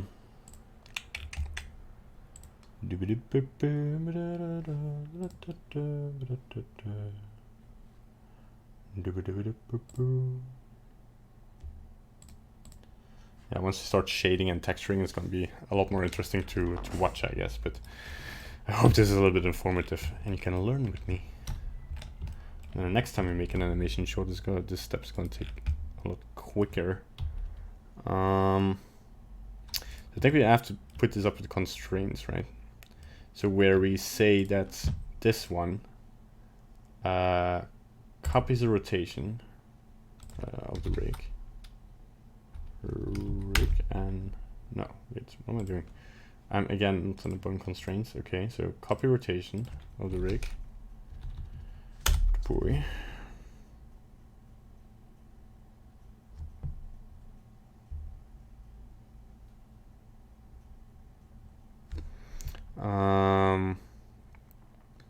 Of the, what is this one? The spine 003. Okay. But in local space, to local space. Huh. Okay. If you wrote, whoops. Okay, yeah, of course that happens. Because it's a child bone. So we kind of want to do the other way around. So 001 from local space. Just reset that. Local space to local space. And then if we rotate this one, the other one also rotates. And then that kind of makes it more, but we can still rotate. No, we cannot. That limits our options a little bit because it's kind of like, I know what we have to do. Okay, so what we're gonna do. So here's the solution. Yes. I'm gonna, just like from here, for convenience sake, I'm gonna make a bone here, which I'm gonna call spine base control. And what's it gonna do? So actually I'm gonna make this, whoops, no. I'm gonna clear the parent, and we wanna rotate this around this point, so we can rotate it like this, and then the entire spine kind of rotates. Now we have 1, 2, 3, 4 spine bones, which we, at this point, can kind of redistribute again, so they kind of match with their original position.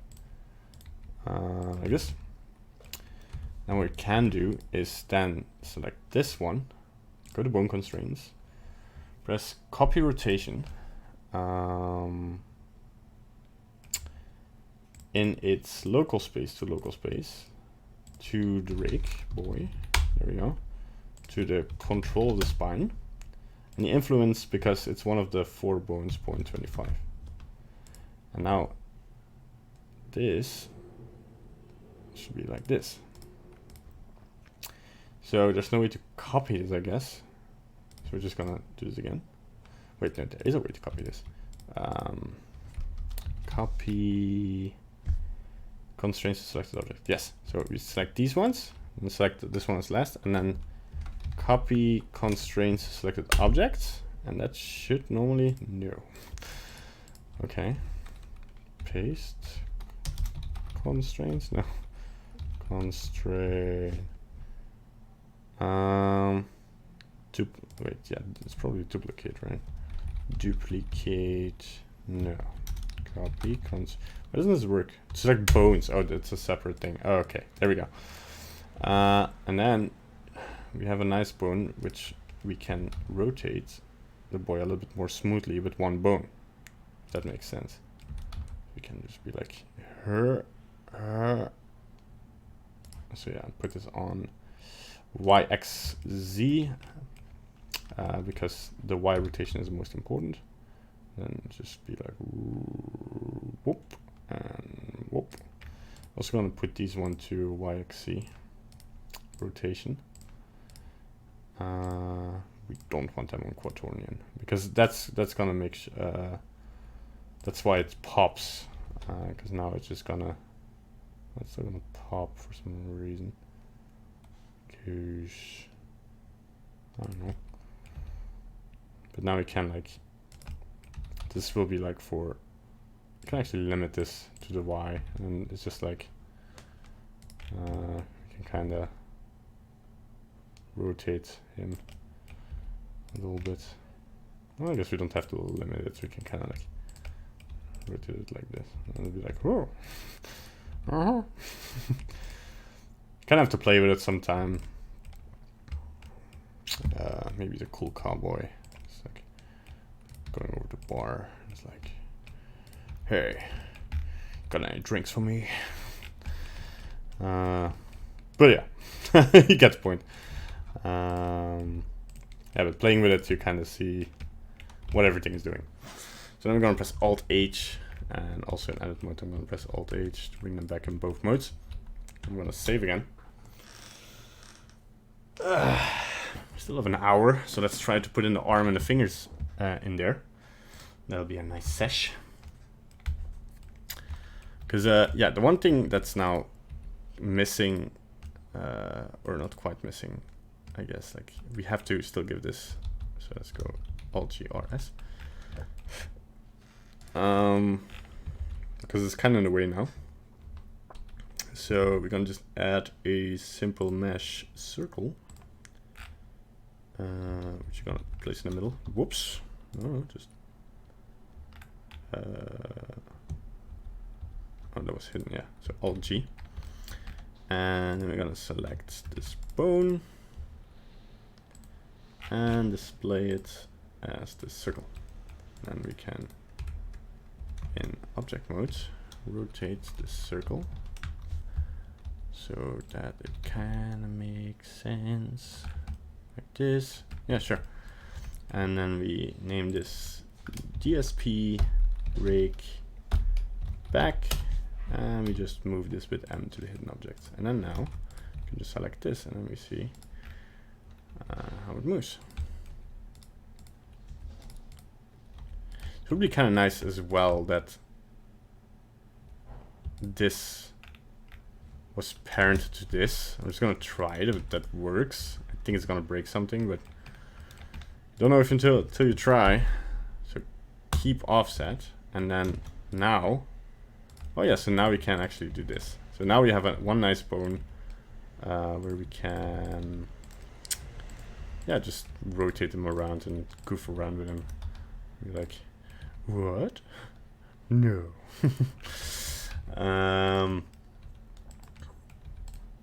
There we go. I'll move around to the knee pole. It doesn't make sense anymore. But that's because this is now connected to, yes, what we kind of want to do is these knees, we want to parent them to the base actually, and not to the backbone. So that if we move this around, so we want to do this twice. With both, yeah, so keep offset. So yeah, so that if you move this around, the knees still can be pulled separately. It's like, what? It's like a demon child. It's like Skater, he's like skating. So some cool lighting here. So select our base here, which now we should still connect this to the base, I guess. Keep offset. So that still works, yeah.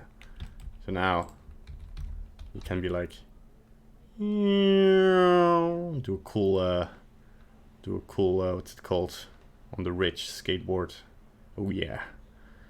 So totally regretting not making skating short now. It's like, yeah, skating. Ah man, I'm getting distracted quickly. But yeah, if you're having fun with it, it means you chose the right career path, I guess.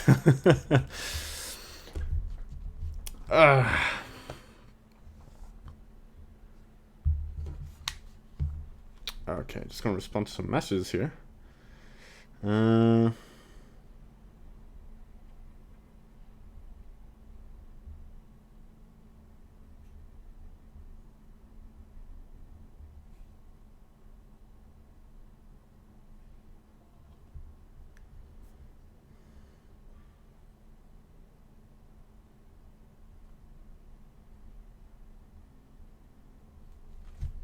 All right, good. All right, that was a 1 minute break. Okay, so now the arms. So there's IK setups for arms, and this comes in handy when you're pushing rocks, so you don't have to counter animate anything. But if I'm thinking about the animatic, we should make our character for multiple animations, but then we have to set up drivers for choosing between IK or FK. And I think if we need an animation with FK, we can just put in an... by the way, IK and FK is inverse kinematics and forward kinematics. So what we set up here is inverse kinematics, right? If I didn't explain this. It just basically means that your bones follow one bone and try to calculate a path between the root bone and the target bone, like this. And forward kinematics is just if you animate like this. If you just rotate each bone separately and are just like, yeah, there's my hand. I think if we need it, we can just put it in for that one shot and then animate it like that. If we need it, but in my experience, I prefer forward kinematics for the arms. But we are gonna put in some controls for the fingers, so just we don't have to animate the fingers each time. So what we're gonna do is for each finger, we're gonna in edit mode duplicate the root of the finger. So, and just move it to Z, and then I want to select the tops of these and then just move them towards each of them the tip of the finger. There we go. All right. So we're gonna control the rotation of the fingers. That actually look quite nicely now. Just gonna test them out. They at least make sense. And they do make sense. Yay! I want to thank the Academy for this. Hands are tough. Like also the thumb, I think, kind of makes sense. Like we get some nice. I think that doesn't matter. No. Oh, okay.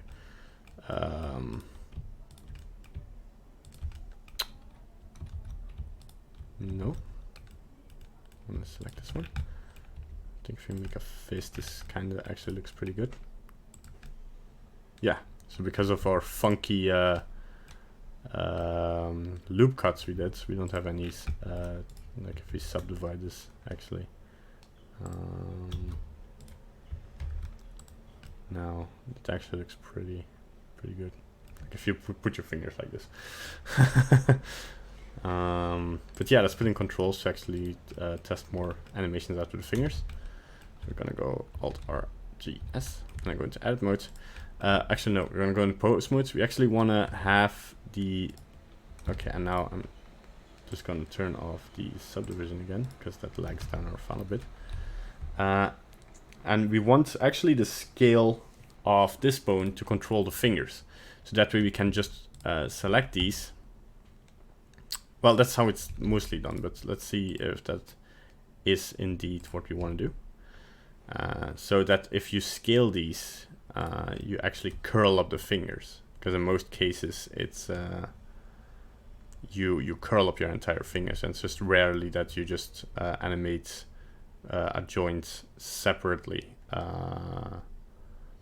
except if you're doing this kind of this Chinese, or how should I say, like this kung fu punch where you just punch with the palm of your hand, I guess. Yeah. But let's think about this. So I kind of want to move this button a little bit more here so that they're more even. Yeah, okay, really quick. So let's do that first and then check our other controls. The way we do this actually is, let's check our axes here. So this is X, this is also X, this is also X. So I think all of them are rolled correctly. So if I just do rotate around X, yeah, it actually very nicely makes a fist. So we want to control this with the bones on the top, right?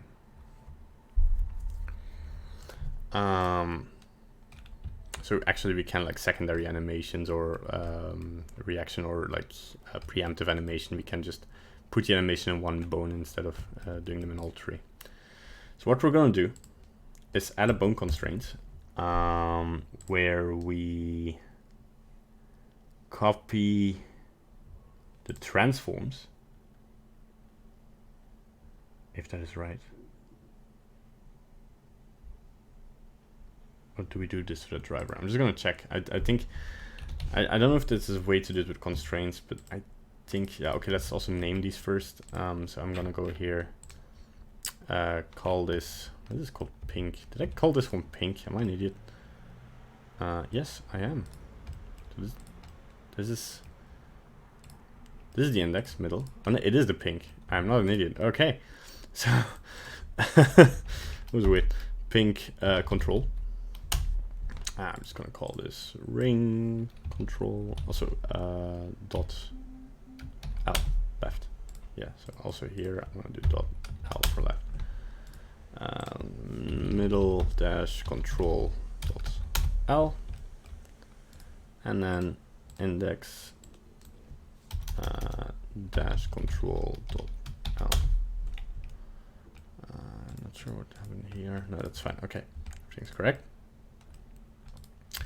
And here, This is not gonna work because it's just gonna copy the transform. But there's no way to actually do this not via drivers, right? Okay, so we're gonna do this in drivers. So also I'm gonna change all these bones. Not this one yet. To XYZ. So this will do this for not all the bones. That's a shame. Is there a shortcut for that? Copy. No. Rotation. Set rotation mode. Yes, to XYZ. And that should do it for all of them. Yes. There we go. If you're always in doubt, just press F3 and just type in what you need to do with the technical terms, and there will be more or less always a solution. So now we want to add a driver to the X rotation. So we're gonna just add a driver.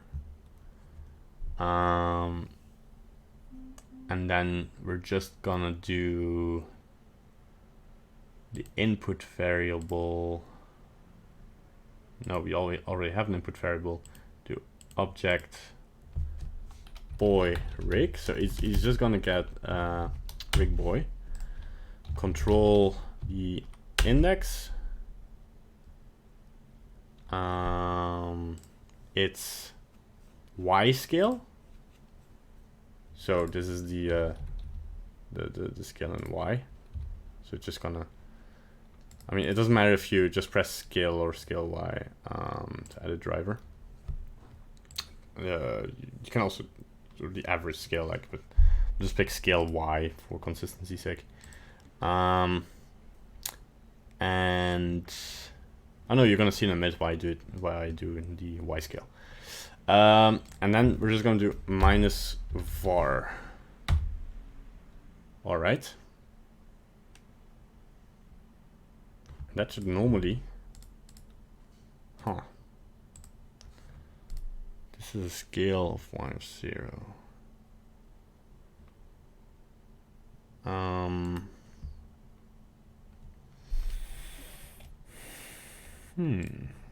Add a driver. Am I doing something wrong?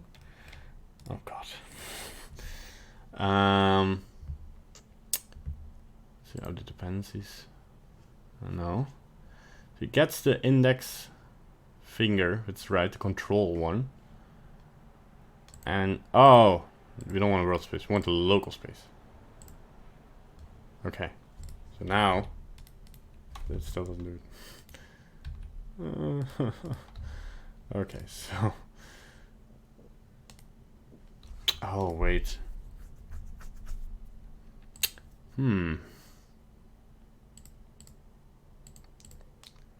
Because we just, I mean, this shouldn't work either way because the scale is 1 and this rotation should be 1, which is not correct. But it should already kind of not be minus 75.3, right?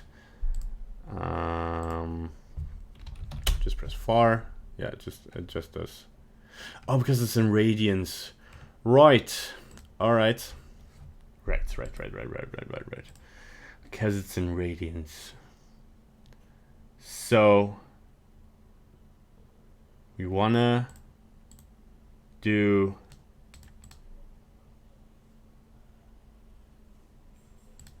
expression degree. It's gonna work. Okay, it doesn't work. Is it math dot? Does this work? Did it work?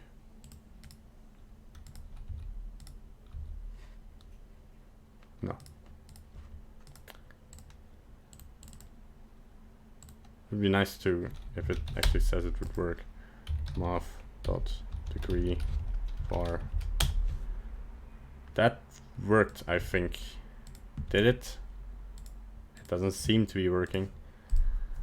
I don't know, Python. There's an easier way to do this.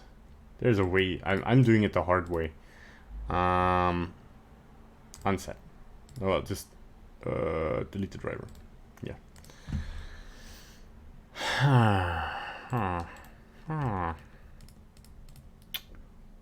Let's see here. There's a constraint. There's a constraint for that.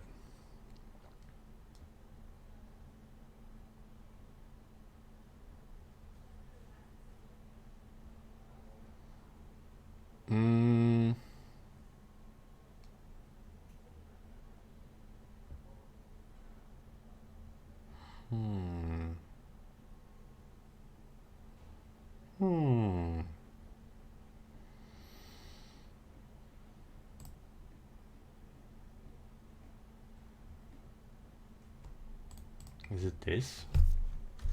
They just find it. No, body rig. Rig. Boy. Bone index control. Yeah. So source. Yeah. This is it. Source scale. Destination rotation. Isn't that it? Oh, and then I still need to. The X rotation, so that's 90 degrees maximum, and then the source. How doesn't this work?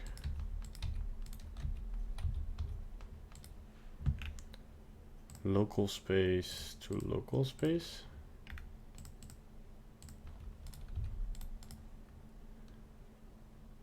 So the Y. Extrapolate? I don't know. This doesn't work. Okay. Good. I mean, I was pretty sure this was just copy rotation, but you could use another value.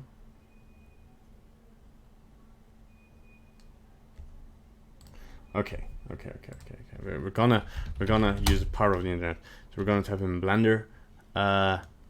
Rotate bone with scale of another.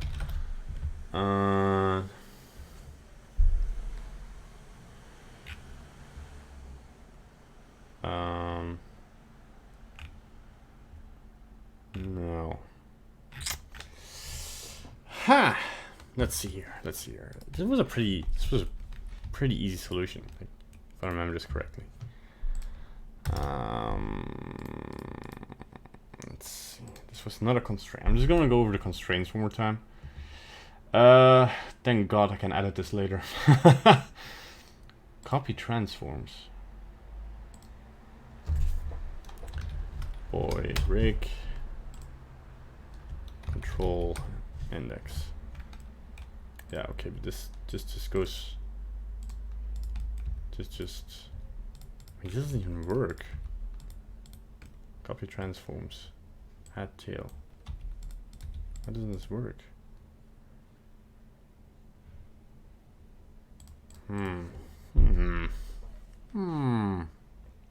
Hello, Eric Pro 007. How you doing? As you see, I'm running into problems with how to do this. I thought I knew this because I've done this a couple of times before, and I'm not sure why.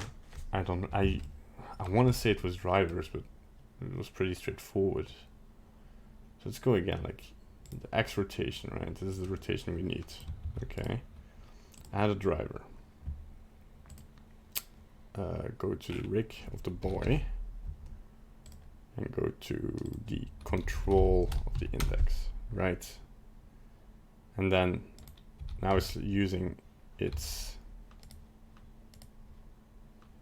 It's still not doing anything. Like, it's putting in a value here. Local space. Okay. So now if I move this in the X, it should actually do something, right? Oh wait, is this because they're still children? Clear parent. That is it. I'm gonna be no. So this driver doesn't work. Or is it? Or does it? Wait, what if I put 9 in here? Imagine you have an Intel CPU with integrated graphics and try to render in Blender but has slow performance. What would you do to improve it except with a graphics card? Well, if upgrading your hardware is not an option. I would either opt for a real-time renderer like Eevee and try to make your animation work in that. It's still gonna render like on 4 to 12 seconds per frame if you're doing some heavy stuff. Yeah, just improving the performance. It's either upgrading or lowering your render settings. But yeah, rendering is heavy as it is. I think like videos like how to reduce noise and update render speed. In the end, if you have like subsurface scattering or characters, or you're really rendering out something heavy, you might want to either upgrade or choose another render engine that goes faster. And the only ones that go faster are like real-time render engines, and you will not have like raycasting, a raycasting renderer, but you can still have enjoyable results with it. Depends on what you're showcasing, really. Like, are you making characters? Are you animating characters, or are you making models? Like, for instance, if you make a tank, you can do this. You can render it out in Eevee without like effects or anything. If you just want to showcase your modeling style or animate a car, for instance, you can just do this in Eevee, because it's just like metallic reflections, and you can put screen space reflections on in Eevee, and then your end result will look satisfying with like very short render times. If you do want to use cycles, if you're like trying to make realistic skin and stuff, it's gonna take you way more time, of course, to do that in Eevee, because you have to cheat away so much. Or you're doing like low light or interior stuff. It's also harder with Eevee to get that lighting right. You have to cheat a lot with lighting, but it's possible. And otherwise, yeah, I mean, you're basically asking, how can I let my car drive faster without upgrading the hardware? And it's like, in most cases, not really possible. Yeah, no problem. It really depends, like what you're doing. But yeah, one thing is like noise. You're still gonna have a lot of noise. Like there's gonna be a new denoiser, and if you're just doing still frames, the new denoiser in Blender 2.81 is gonna be amazing. Blender Guru has a video on it. Go check out his channel. There is already a denoiser here somewhere. If you select cycles, there is one somewhere. Advanced. No, light paths. I don't know where. Somewhere. Just Google noise reduction cycles. And for still frames it works. For animations it doesn't.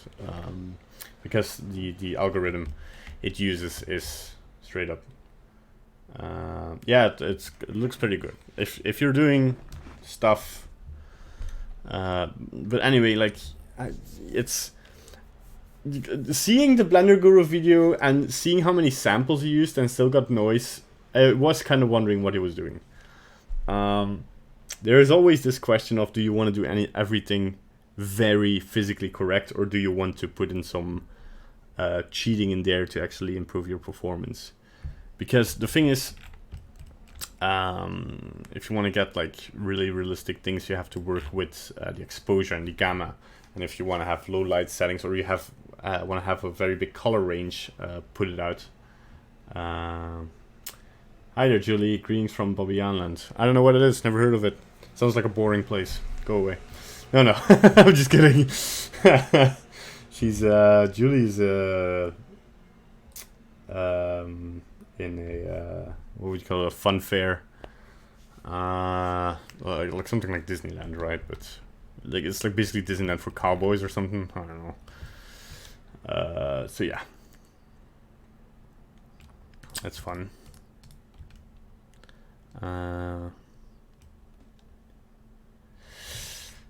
So where were we? Oh yeah, I was avoiding this issue.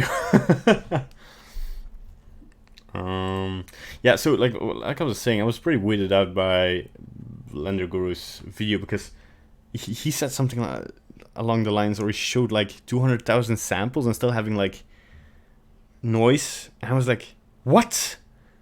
How do you have noise on 200,000 samples? And then I thought, like, if he does this realistically and wants to get the realistic color range, yeah, you kind of have to play with the exposure, like pull down the exposure but pull up the gamma to actually get that range. Because I still don't like the options we have for the LUT transforms, the lookup. Well, I guess these are lookup tables for yeah, for the output of the renders, and I'm still looking into that to actually get it to a satisfying result where we kind of have a high dynamic range of yeah, because it's so hard these days to, I'm kind of getting, I don't want to get annoyed because I know why this confusion is, but if you look up HDR, the only thing you're getting are HDRIs. And the only thing you're getting is environment HDRIs. So what HDR actually means is high dynamic range, and it just means you make a picture or you render out a picture, or there is a picture with a high dynamic range, which means there's a lot of detail in the shadows and in the highlights. It's not just an 8-bit channel RGB where the whites are blown out and the blacks are blown out. No, there's a lot more color depth to it.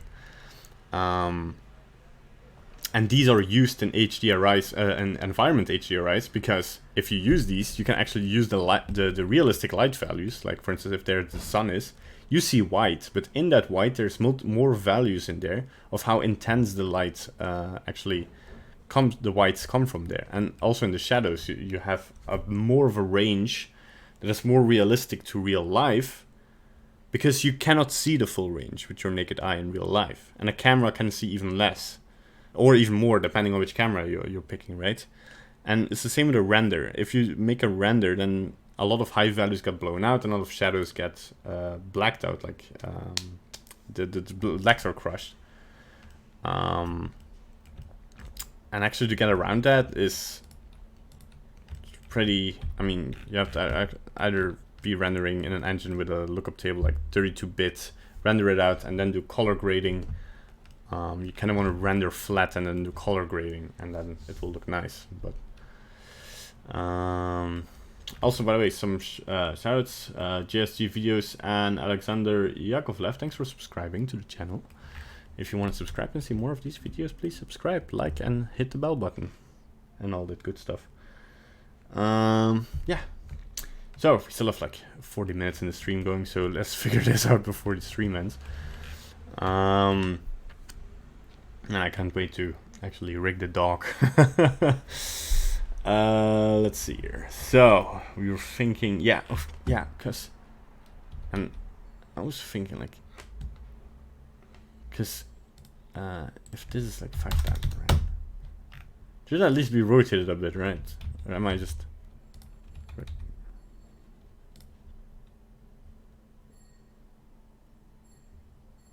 Huh. I'm missing something. I'm definitely missing something. So 4 plus, what if I just do 4 plus 1? It will add 1 radian. It will add 2 radians.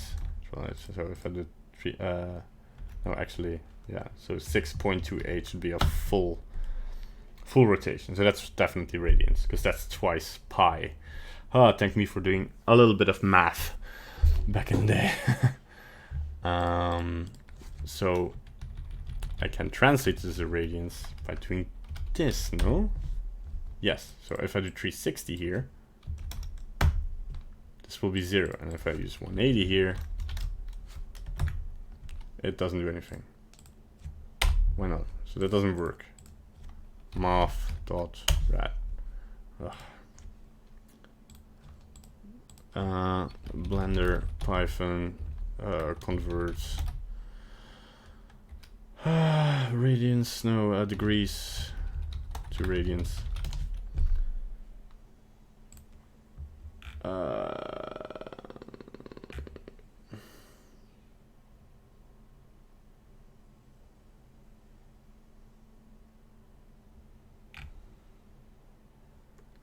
Math, oh, it's full, okay. Radians. Doesn't do anything. Do I really have to import math first in the expression? No.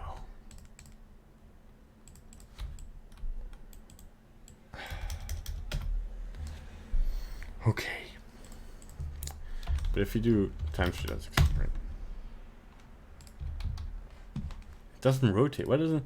It's just like, I just want to do it something, right? So if you do the Y scale, let me scale the Y, right? This should do something. Oh wait, yeah, I do have to delete this. Right? So it just keeps to one value, which is 1. But the scale of this is not 1, right? Am I selecting the wrong object? Rig boy index control L. This is ring. Why is this? Oh my god, are you serious? No. Oh, this is the pink. I am an idiot. I am a little idiot.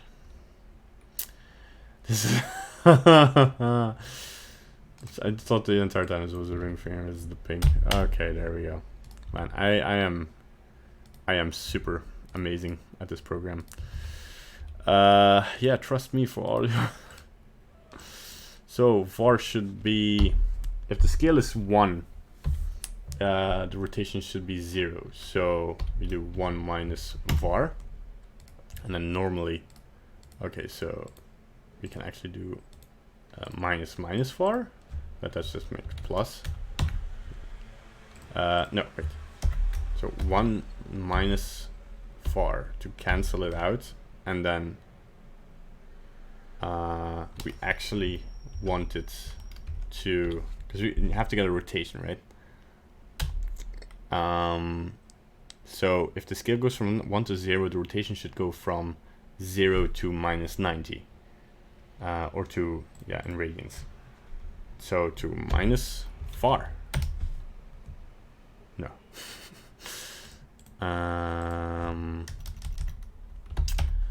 Wait, let me think. This is math. So 0 should be 90 and 1 should be 0. So 1 minus var, so that's 0. But if the scale becomes goes to 0, it should become. Hey, am I? I'm going crazy. I thought this was supposed to be. Oh, so minus 1 minus var. Okay. Yeah, that kind of works. So, yeah, there we have it. So it's okay. So yeah, the expression is 1 minus, and then in between brackets 1 minus 4, and then we just before it goes to this, we multiply this by what seems to be 2. Kind of want to have this as satisfying. Yeah, so there we have it. Oh my god. Okay, and then we just copy the driver, paste driver, and then if you scale this down, look at this. Look at this, how delicious. And we can also stretch it up a little bit. Yes, and there we go. That is exactly what we need. That is beautiful. Okay. All right, so now we want to again copy this and paste this, but we want to edit the driver, and we want to control the ring, and be sure this time. And then we're going to copy the driver and go to these two and paste the driver. I'd have to do this separately. Yeah, paste the driver, edit the driver. Oop. Have this as the index control. There we go. Copy the driver. Can I just Control V? No. Paste the driver and paste the driver. go into here, X, paste the driver, edit the driver, and then I want to have the, oh, this is the index control.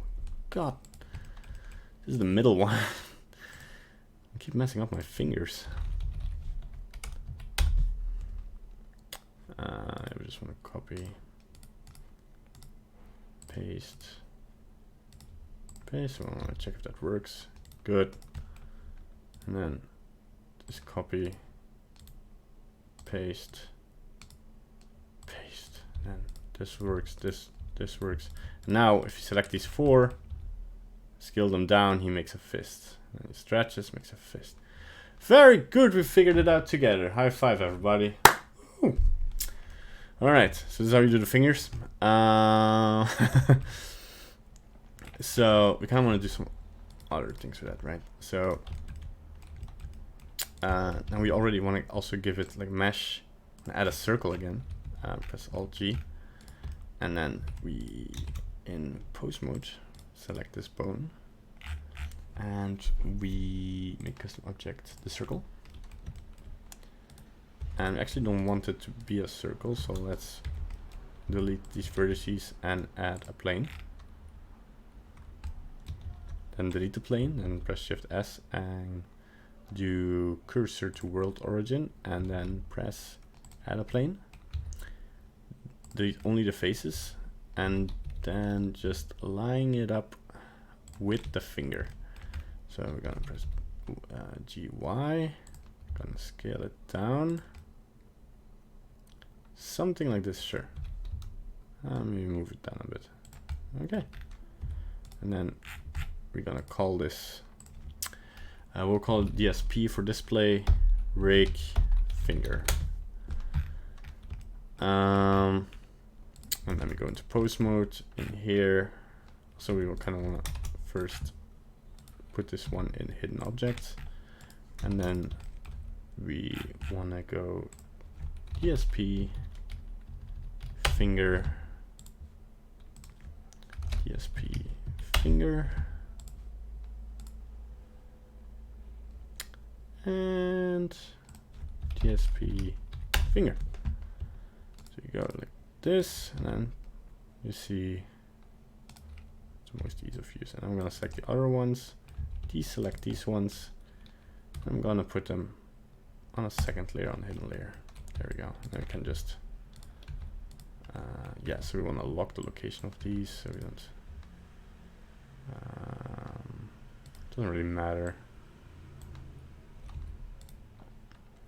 Can lock everything except the scaling, basically. And then we cannot move. Actually, if you lock everything and then you press move, it actually also scales it, and rotate doesn't do it. But now, like if somebody uses the rake and just uses G instead of S, it does the same thing. So it can just be like this, and then it makes a fist. It can be like thumbs up. All right, it's very good. Does this look like a satisfying? Looks kind of weird, but it looks correct. Given we add one more control to that. All right. So another thing you want to do is copy the one going to the pink. Actually, whoops. So go into edit mode, press Shift D and press Z. All right, and actually line it up with the wrist, yeah, or maybe something like, maybe something more like this. So it kind of, yeah, goes here. And then I want to add a bone constraint.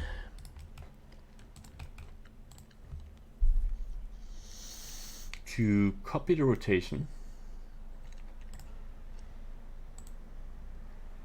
I have a bit of a dry throat, so I'm just gonna get a drink real quickly.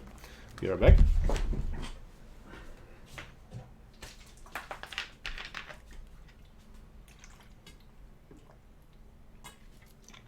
pretty warm. So I'm not even sure why I'm wearing headphones. I'm not playing music. I should play some music. Where's my YouTube here? Yes, let's put on. Let's put on some calm Star Wars music. Yeah, and let's be sure I'm not streaming that music too. Yes, okay. So yeah, if you want to have a more relaxed selected wrong finger here, by the way. You can put on some music during the stream. Makes everything more relaxed. Makes me more relaxed. So anyway, now we have the target, the rig boy. We're gonna name this. And we're gonna call this. Just gonna put the music a little bit more silent. The hand stretch control dash hand stretch. I promise my naming will be more. I did it. Ping dash control. Okay, so hand stretch dash control dot L for left. Yeah. Okay, so I'm going to post mode again. I'm gonna select control and the hand stretch is up here. Of course, we're going from local space to local space again, and then now it follows that.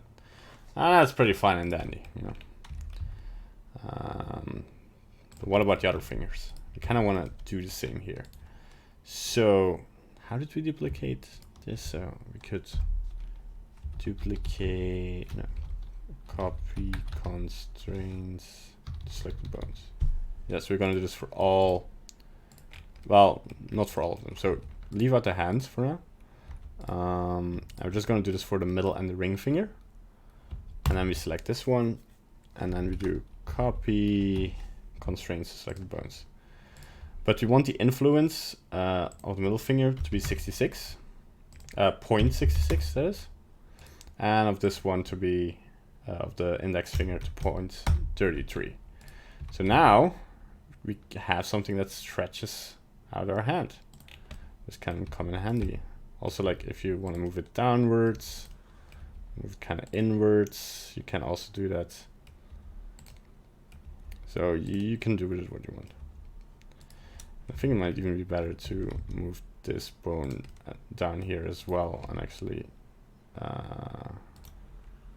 yeah, because then it's gonna rotate more along the wrist. Maybe even influence. Oh, the influence is fine. So now we can do this, and then we can do this, and then we fairly fast have like, and this is a bit over exaggerated, but it can be like this and this. Because now our wrist is gonna look a bit better if we move this all the way down, and then rotate this a bit more to a fist. We have more of a clenched fist. So that's very nice. I'm gonna reset all the bones. So I'm actually not sure why we need this bone though. But we'll keep it here. We're gonna move these bones to a third hidden layer. And only keep this bone. So now we can like. Oh, and now I see actually we're gonna enable these bones, all the visibility by shift, click, and drag. That's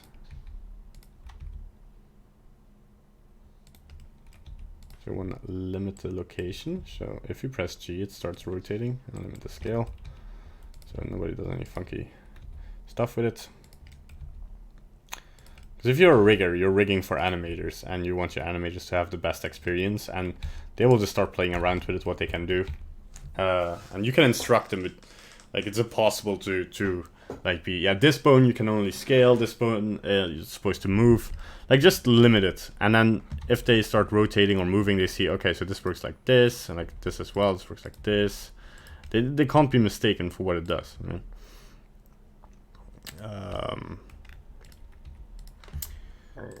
always work for the this is I think the most valuable thing if you work in a pipeline for a 3D studio is always work for the person next in the pipeline step. So if you're modeling, model for the rigger and model for the texture artist. So make sure your UVs are correct and your like loops are correct for rigging, for animating. Like keep all that in mind. If you're rigging, rig for the animator. If you're texturing, texture for the shading artist. If you're the shading artist, then yeah, shade in a way that the animation won't break your shading. If you're animating, animate that and if you're animating a set dressing, animate a set dress so that the lighters can just light it without big problems. Keep that in mind. Like if you keep in mind the next step, as well as if you're doing things alone, but then it happens more naturally. But if you do this in a studio, it saves so much time down the end. You're just like, you're creating something for the next person, and then together you create an art piece that is I'm not sure why we're actually in rendered mode here. But yeah, actually just gonna go in here. It's like a nice matte cap or something, and there we go. But the thing I saw, that's only this one is actually still parented to the finger, and actually they should to the hand, so they should be still yeah, so that if we move this, it moves along with the fingers, right? So now we're just gonna disable our first layer here again, and we still have our hand here, right? So the hand actually has very limited motion. It actually can only do this mainly, but it can't do this. So if you're animating this, you're doing something wrong, because it's this bone that rotates, right? It's not. So, and here it becomes funny again, because this bone, like this joint, can only rotate this way, but the two bones in this arm can actually make the hand rotate. So I'm gonna leave this for now, but we're gonna move the influence of this hand's rotation, because we are moving it around this joint. But this doesn't only reflect this joint. We should actually make two bones, because there's just this joint being rotated and this joint, but it does something completely different. Now I'm wondering how we should do it. So we want one bone to... Yeah, so we want one bone to operate two deformed bones. So the way we're gonna do this is we're just gonna hide these, so it'll be a bit easier. We'll do the thumb soon as well. So we're gonna duplicate this and just call it hand Y rotation deform .l .l for -l. Okay, I should use -l, not .l. Only dot for numbers. Don't ask me why. Don't ask me hard questions I cannot answer. So, and I'm gonna clear a parent of this bone and actually try and move the entire bone up. Okay, so we're just gonna 1.3 and then just put it like this. Yeah. I'm gonna keep it. I'm just gonna wireframe like this, so we can see the two bones. Okay. So this one will be a deform. So we are gonna select it, go into our mesh, and already gonna add to our vertex groups a hand deform dash L and a hand form dash R. It doesn't matter that that other bone doesn't exist yet. It's gonna look at pure the naming, and here everywhere it's wasn't really consistent with my name here, was I? Well then, because I kept the original naming. Yeah, that's my fault. Anyway, keep your namings consistent, please. Don't be like me. So we actually, if we're already gonna rough this out, we're gonna reset here everything, and we're gonna go into object mode, weight paint in solid mode for this one, and we're just gonna go like this.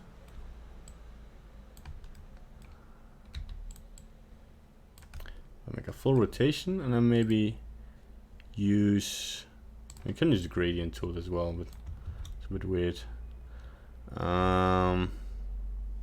Just blur it out a bit, like this, so it doesn't take full control, but works with the other control. And then the actual hand.l, but make sure your X mirror is on, right? We're gonna put the strength to 0 and actually remove. Wait, am I on add? No, I'm mixed, right? There's nothing happening. Oh, because I'm still on blur. Right. Put the weight on 0 and actually remove this from wrist. And the rest was fine, I guess. So this one should. Okay, yeah, that makes sense. But then we, in edit modes, we want to parent the hand to this other one. Keep offset. So that way, we're gonna put this to YXZ and lock the X and Z, so we can only rotate it like this. And this will just rotate part of the entire arm, right? And then another thing, one thing you want to do, if you select your object and you go to modifiers, you want to preserve the volume. Yeah, it's a pretty important one, because that way we don't lose any volume. So this one rotates the arm, so that's basically your arm movement. What this other one is going to do, going to XYZ, because I think this is the X-axis. Yeah, we're gonna disable anything but the X-axis. Okay. So, and that's just like this. All right. And what we're then gonna do is add another bone, and that will be our control bone. So we're just gonna copy this one again, scale it up a bit, and this one is just gonna be parented to the forearm, and this is actually just gonna be our hand control. Let's use camel casing here. Hand control dot L.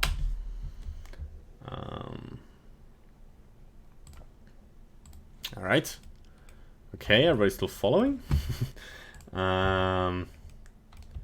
So now we're gonna select our Y rotation deform, and we're going to pose mode, object constraints, and then we just do copy rotation from the rig, from the control, the hand control.l. And for this one, we locked everything with the Y-axis, so we want to get everything, only the Y rotation, right?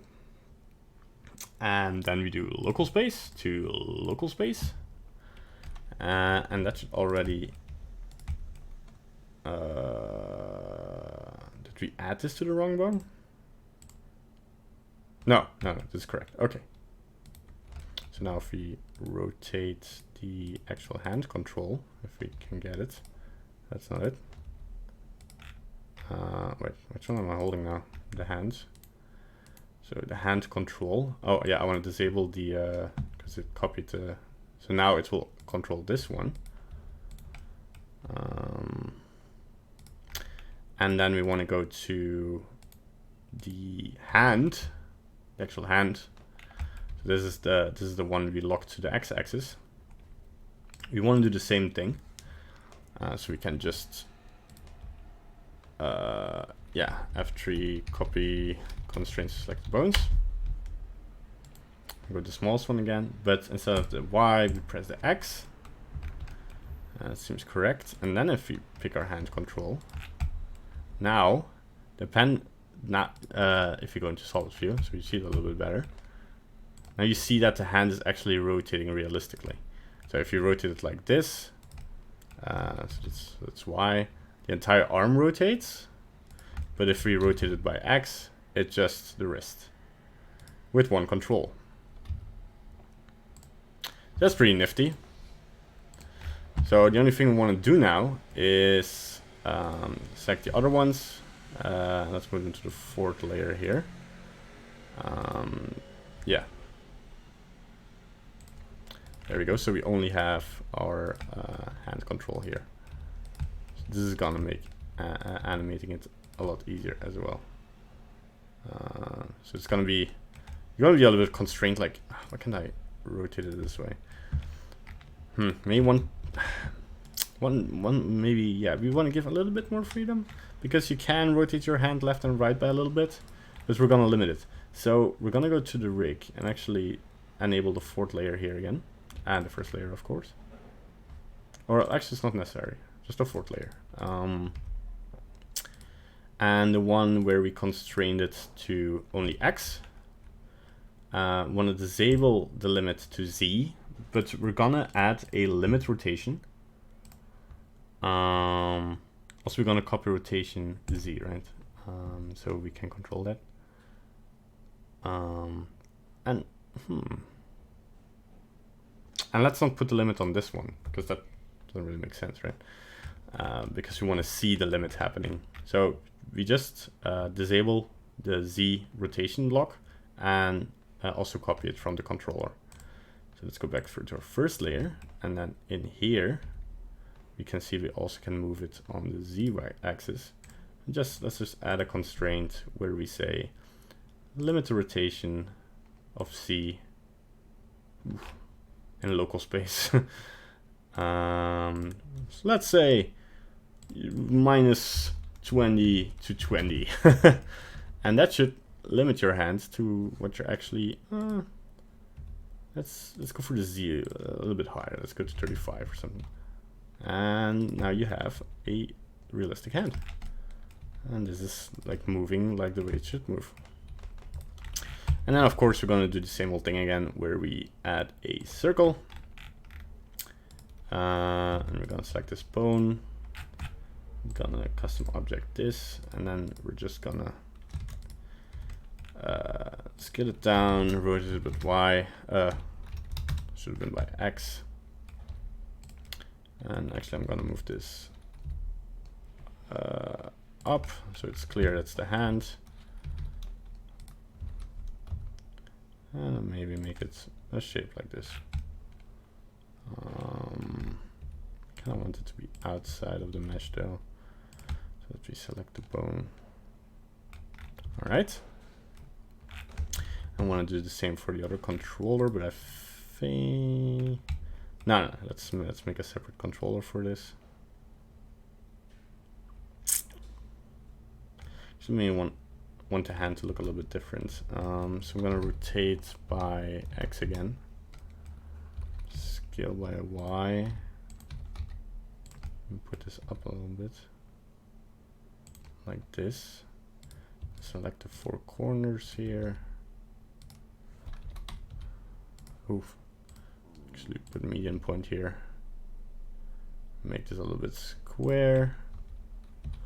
And then rotate it like it looks like a hand. Yeah, okay. I'm pretty happy with that. And then we of course name this to DSP for display. Hand.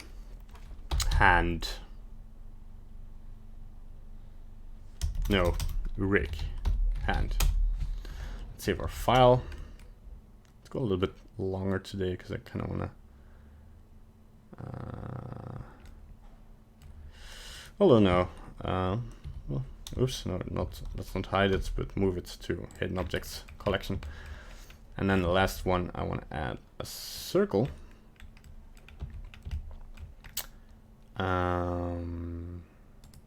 I'm actually not sure how I'm gonna make this one look.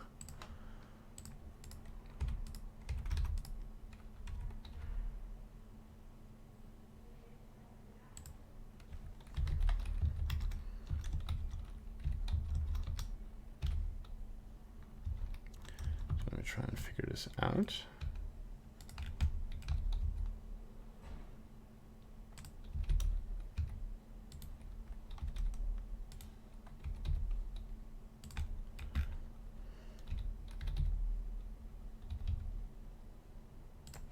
Maybe just like this.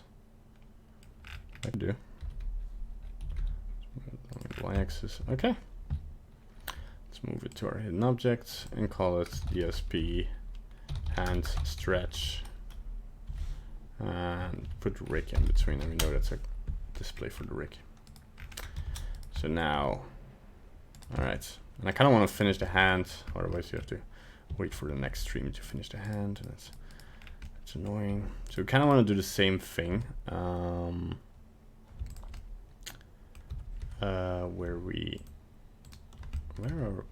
Where are these bones going? Oh, did I hide them? Yeah. I kind of want to go like this, but parent it to the thumb. Keep offset. So, and then of course I'm gonna enable my fingers here again and go to the driver. Where did the driver go? Oh yeah, that's in there we go. So it's in pose mode.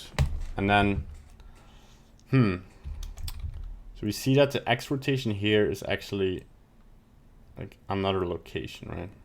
And we kind of want to control this as well.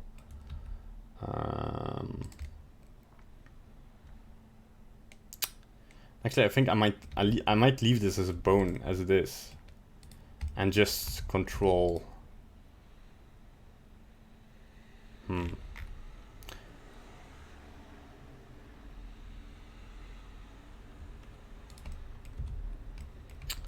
Yeah, I might do that and actually just have the same thing happening for the thumb, but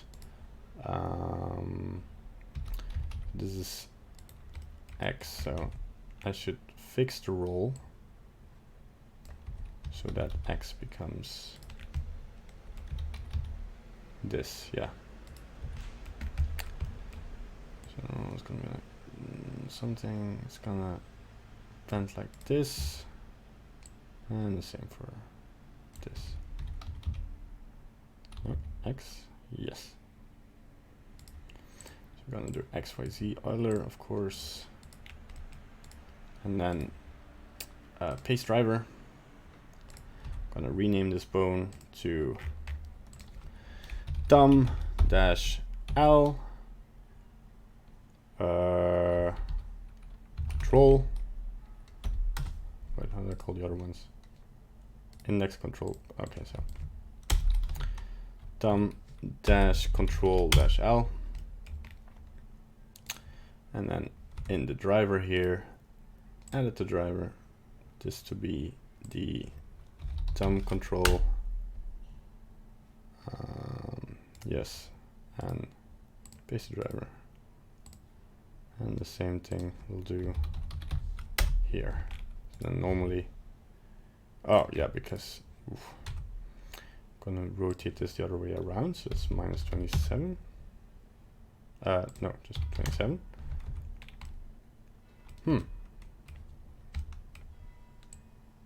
Maybe not. I'm just gonna roll it until it kind of makes sense. Yeah, that makes sense. But you see why this is kind of like a weird one to do.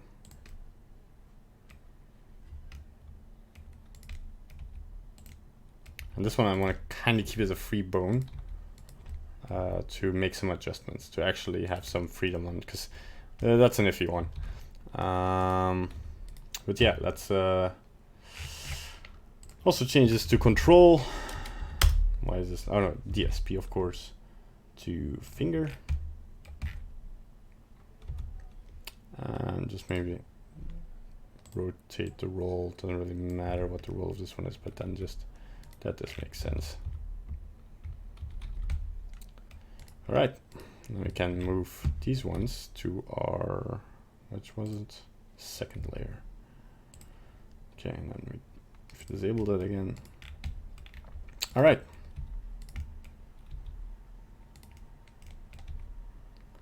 Now we have kind of a realistic hand.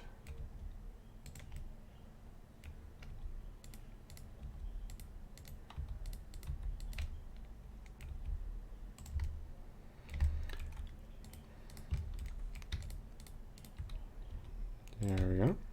I can punch it up. Oh god. The rotation is kind of iffy.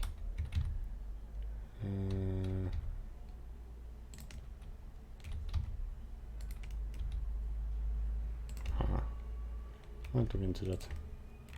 But he's like, yeah, job well done. All right.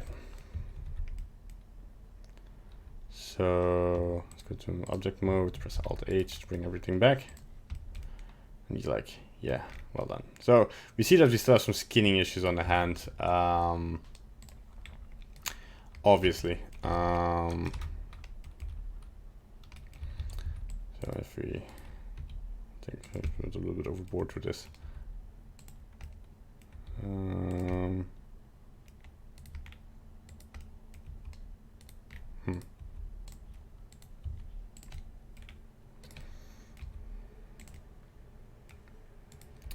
There we go.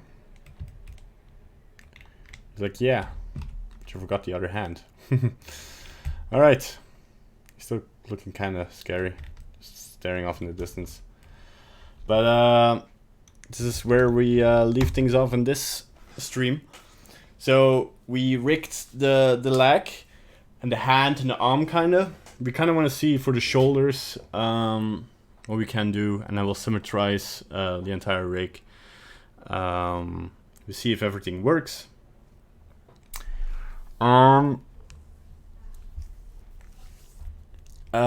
Yes, I'm thinking.